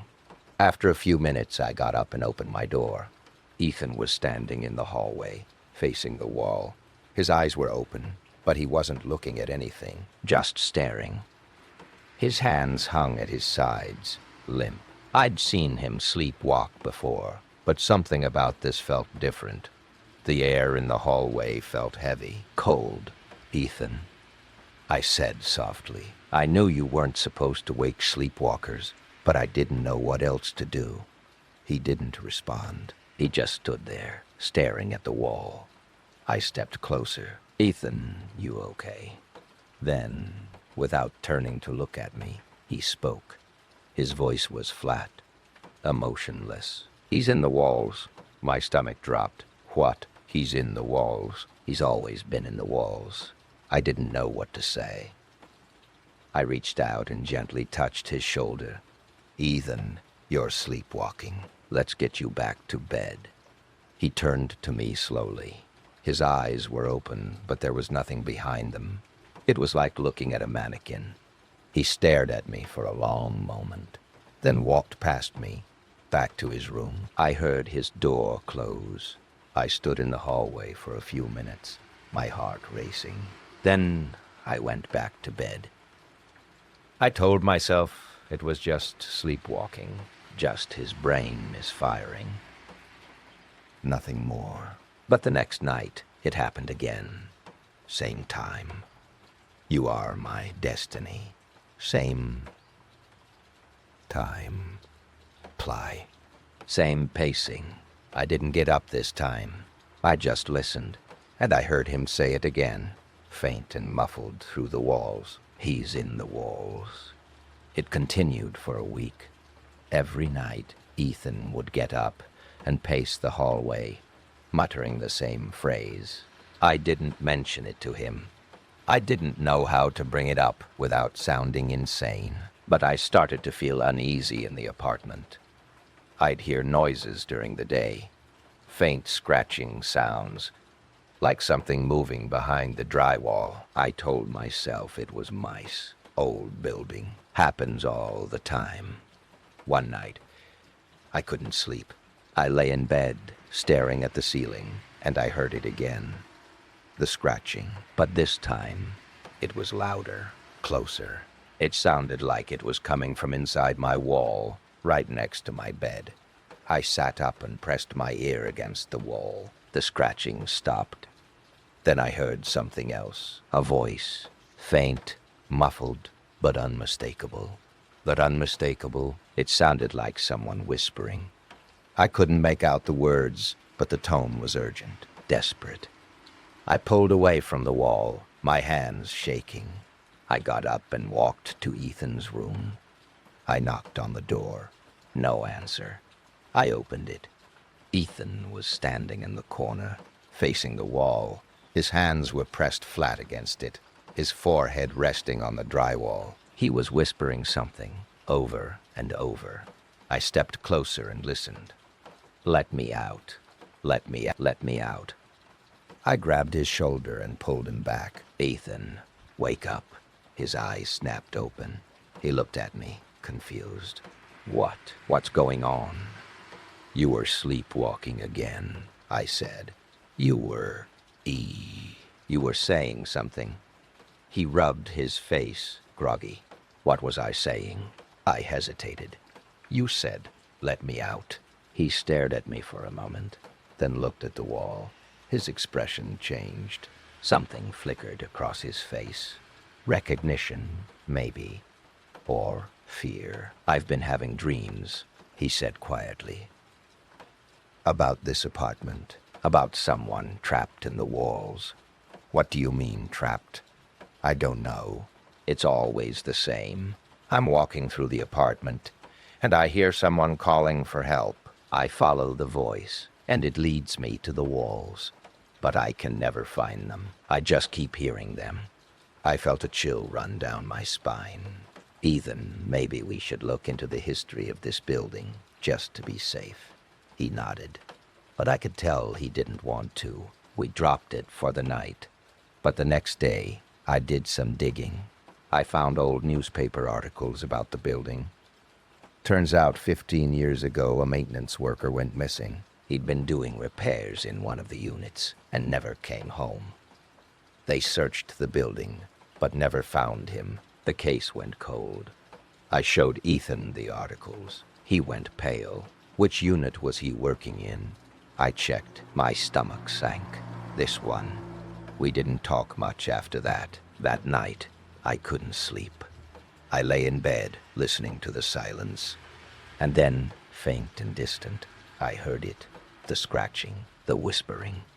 I got up, grabbed a hammer from the kitchen, and walked to the hallway. I chose a spot on the wall where the sound seemed the loudest. I swung the hammer and punched a hole in the drywall. The smell hit me first. Stale, musty air. I pulled away chunks of drywall, widening the hole. Behind it was a narrow gap, maybe a foot wide. I shone my phone's flashlight inside. There were bones, old, dusty bones, half buried in insulation and debris. We moved out the next day. The police came.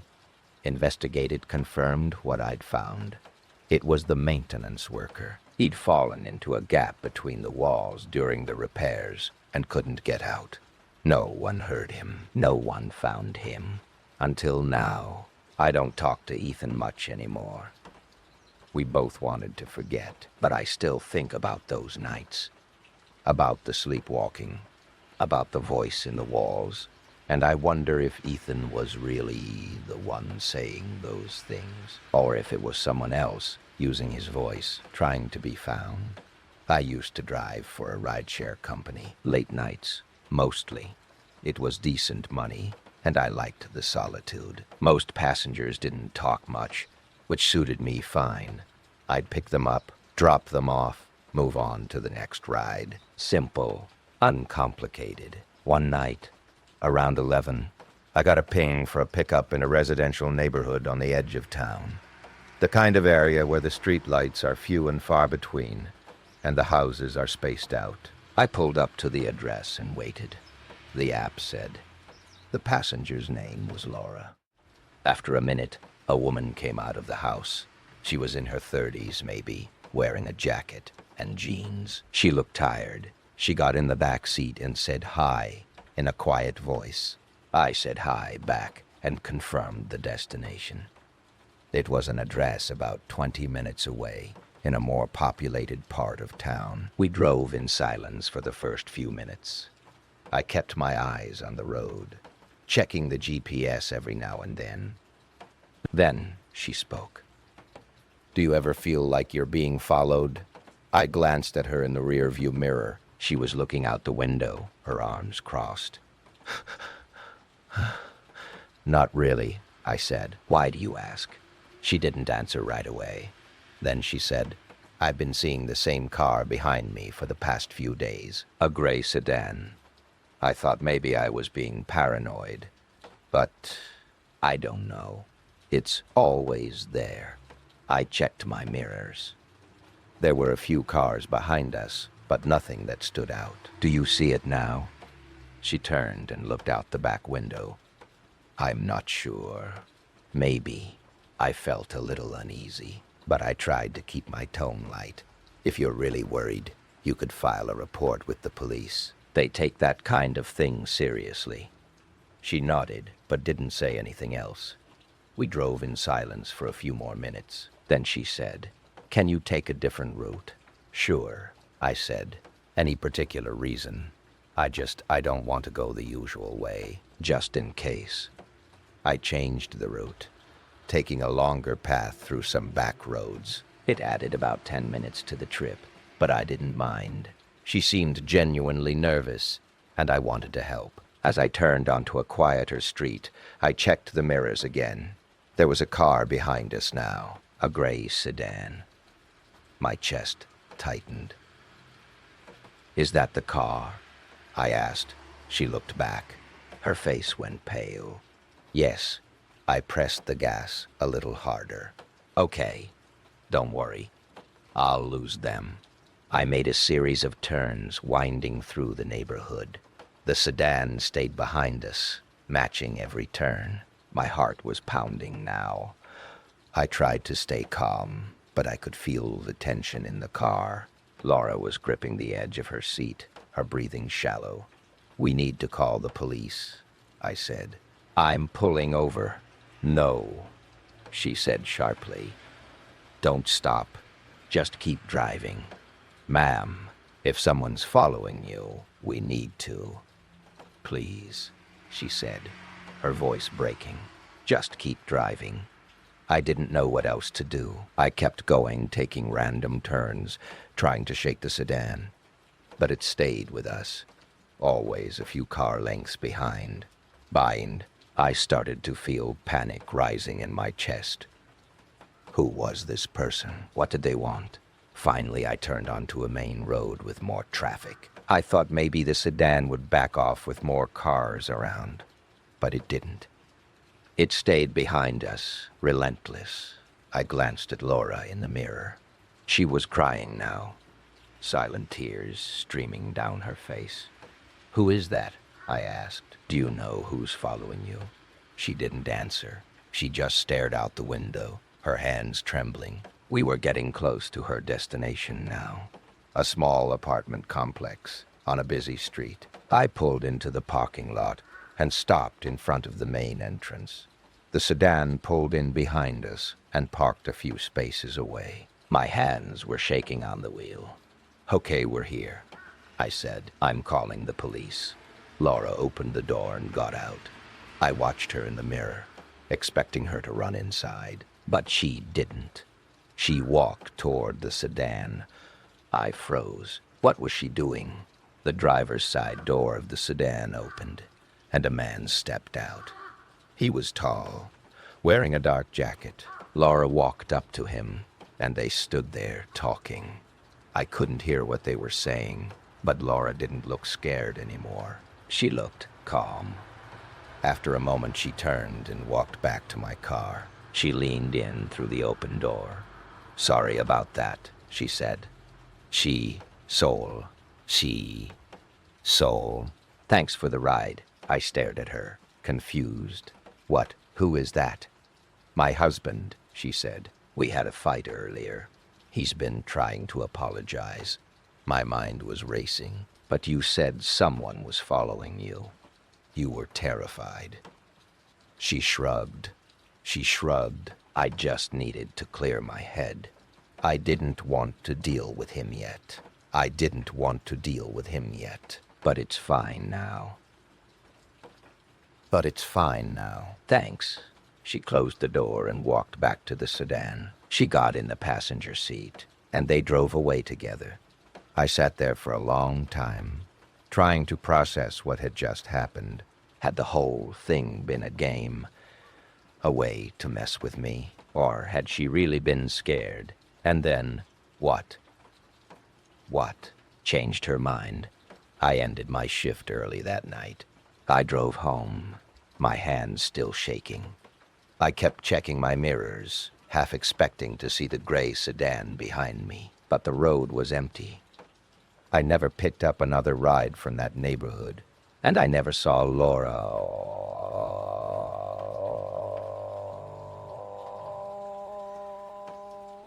Those sedan again. But sometimes, when I'm driving late at night, I think about that ride, about the fear in her voice, the tears on her face, and the way she walked back to that car, calm and composed, like nothing had happened. And I wonder if she was ever really afraid, or if I was the one who should have been. My grandmother died when I was 16. She'd been sick for a while, so it wasn't unexpected, but it still hit me hard. She'd been a constant in my life, the kind of person who always had cookies in the oven and a story to tell. After the funeral, my mom asked me to help clean out her house. It was a small place, cluttered with decades of accumulated belongings. Photos, books, old furniture. It felt wrong going through her things, but it had to be done. I was in her bedroom, packing up clothes, when I found the box. It was in the back of her closet behind a stack of blankets, a shoebox, plain and unremarkable. I opened it, expecting photos or letters. Instead, I found cassette tapes. Maybe a dozen of them, each one labeled with a date. The dates went back years, decades even. The earliest one was from 1979. I was curious. My grandmother had never mentioned recording anything. Grandmother had never mentioned recording anything. I found an old tape player in the living room and popped in one of the tapes, one from the middle of the stack.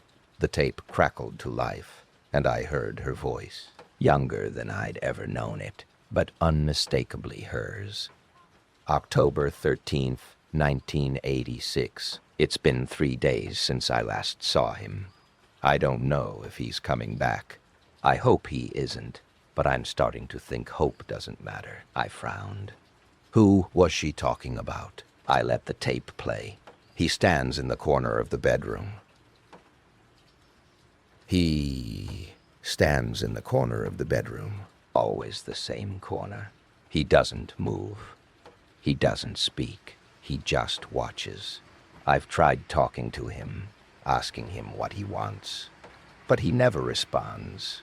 I don't think he can. I don't think he's real. But I see him. Every night, I see him. My skin prickled. I fast-forwarded a bit. November 2nd, 1986. He's getting closer. Last night, he was standing next to the bed. I could feel the cold coming off him. I didn't sleep. I don't think I can sleep anymore. I'm afraid that if I close my eyes, he'll touch me. I stopped the tape. My hands were shaking. I looked around the bedroom, suddenly aware of how quiet the house was. I thought about my grandmother, sleeping in this room, seeing whatever she'd seen. I didn't want to believe it. But her voice on the tape was so sincere, so frightened. I put in another tape, this one from 1991. He's been gone for a while. I thought maybe it was over. But last night, I saw him again, in the hallway this time. He was facing away from me, standing perfectly still. I don't know why, but seeing his back was worse than seeing his face. I feel like if I saw what he was looking at, I'd understand. But I don't want to understand. I listened to more tapes. They spanned years. Sometimes there would be months, even years between recordings. But the story was always the same. A figure, always in the house, always watching. My grandmother never described his face. She never said who she thought he was, just that he was there and that she couldn't make him leave. The last tape was dated 2 months before she died. I'm tired. I don't know how much longer I can do this. He's in the room with me now. He's standing by the door. I can see him out of the corner of my eye. I've gotten used to it in a way. He's been with me for so long. I don't know what it would be like without him. Maybe when I'm gone, he'll leave too. I hope so. I hope so. I don't want him following anyone else. The tape ended. I sat there in the silence, the cassette player in my lap. I thought about all the nights my grandmother had spent in this house, living with whatever she'd seen, never telling anyone, never asking for help, just enduring. I packed up the tapes and took them with me. I didn't tell my mom about them. I didn't know how to explain. That night, I lay in bed, unable to sleep. I kept thinking about my grandmother's voice, the exhaustion in it, the resignation. And then, in the corner of my room, I saw something. A shadow, darker than the rest of the darkness, shaped like a person.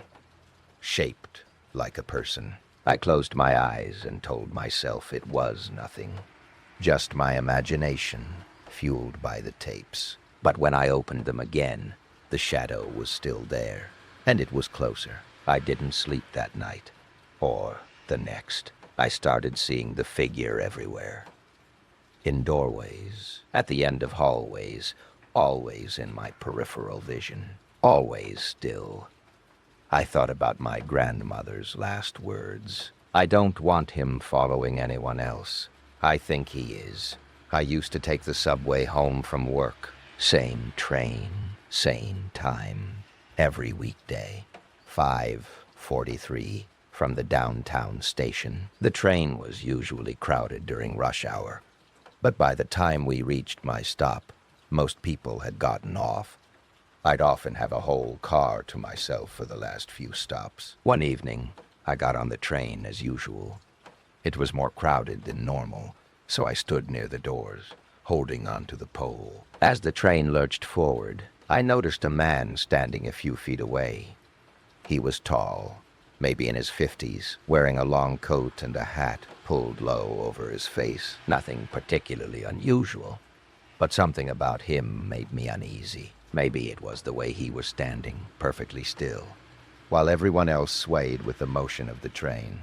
Or maybe it was the way he was staring at me. I looked away, pretending to check my phone, but I could feel his eyes on me. The train stopped at the next station, and a bunch of people got off. I moved further into the car, trying to put some distance between us, but when I glanced back, he moved too. He was standing in the same spot relative to me, the same distance away. My heart started to beat a little faster. I told myself I was being paranoid. It was a crowded train. People moved around. People moved around. It didn't mean anything. At the next stop, more people got off. The car was nearly empty now. Just me, the man, and an elderly woman sitting near the far end. I moved toward the woman, thinking maybe being near someone else would make me feel safer. The man moved again. Same distance, same position, same position. I looked directly at him this time. His face was shadowed by the hat, but I could see his eyes. They were fixed on me, unblinking. I felt a wave of fear wash over me. I pulled out my phone and pretended to text someone, my hands trembling. The train reached my stop. I waited until the doors opened, then stepped out quickly, glancing back to see if he'd follow. He didn't. He stayed on the train, still staring at me as the doors closed and the train pulled away. I stood on the platform, my heart pounding. I told myself it was over. Just a weird guy on the train. It happened. I walked up the stairs and out onto the street. It was dark, but the area was well lit and familiar. I started walking toward my apartment a few blocks away. Halfway there, I heard footsteps behind me. I glanced back. The man from the train was there, walking about 20 feet behind me. My blood ran cold. How had he gotten off the train? It had already left the station. I walked faster. The footsteps behind me matched my pace. I turned a corner, hoping to lose him. The footsteps followed. I pulled out my phone, ready to call someone, but my hands were shaking so badly I almost dropped it. I turned another corner, this time onto a busier street with more people. I looked back. He was still there. Same distance, same pace. I ducked into a convenience store, my heart racing. The clerk looked up at me, and I must have looked terrified because he asked if I was okay. I nodded, unable to speak, and moved to the back of the store, pretending to browse. I watched the entrance. A minute passed, then 2. The man didn't come in. I waited a little longer, then cautiously walked back to the front. I looked out the window. The street was busy, full of people. I didn't see him. I bought a bottle of water just to have an excuse for being there, then stepped outside. I walked quickly toward my apartment, checking over my shoulder every few seconds. The man was gone. I reached my building and hurried inside, locking the door behind me. I went up to my apartment, locked that door too, and stood in the entryway trying to catch my breath. I didn't sleep well that night. Every sound made me jump. Every creak of the building felt like someone was outside my door. But nothing happened. The night passed, and in the morning I felt a little silly. Maybe I'd overreacted. Maybe he hadn't been following me. Maybe it was all just a coincidence. I took the subway again that evening. Same train, same time. I told myself I wouldn't let fear control me. But as the train pulled into my stop, I saw him, standing on the platform, wearing the same coat, the same hat, staring directly at the window where I was sitting. I didn't get off. I stayed on the train, rode it to the next stop, then took a different route home. I avoided that station for weeks. I changed my work hours so I'd be on a different train. I never saw him again. But sometimes late at night, I think about the way he stared at me, the way he moved, and I wonder how he knew where I'd be, how he got off that train, and what he wanted. I don't take the subway anymore. The thing about fear is that it doesn't always announce itself. It doesn't always come with a loud noise or a sudden shock. Sometimes it's quiet. Sometimes it's just a feeling that something isn't right, a detail that's out of place, a moment that lingers a little too long. I think about the woman on the phone, telling me to check the stairwell. I think about the drawings in the crawl space, and the last one that said, "I'm still here." I think about Ethan's voice in the dark, whispering, grips in the dark, whispering, "He's in the walls." I think about the passenger who led me on a chase, only to walk calmly back to the car that had been following us. I think about my grandmother's tapes and the shadow that's been standing in the corner of my room ever since I listened to them. I think about the man on the subway who moved like a reflection, always the same distance away. These things happened, or maybe they didn't. Maybe some of them were dreams, or tricks of the mind, or stories that got twisted in the telling. But they feel real, and that's what matters, isn't it? The feeling, the doubt, the question that stays with you after the lights go out. It's late now, later than I thought. The stories are finished, but something lingers, doesn't it? That feeling just under your skin, that thought you can't quite shake. Maybe it's nothing. Maybe you'll turn off this video, close your eyes, and fall asleep without trouble. Or maybe, just before you drift off, you'll hear something. A creak in the hallway. A whisper that sounds like your own voice. A shadow in the corner that wasn't there before. And you'll tell yourself it's just your imagination. But you won't be sure. You never really are. Sleep well. Or try to.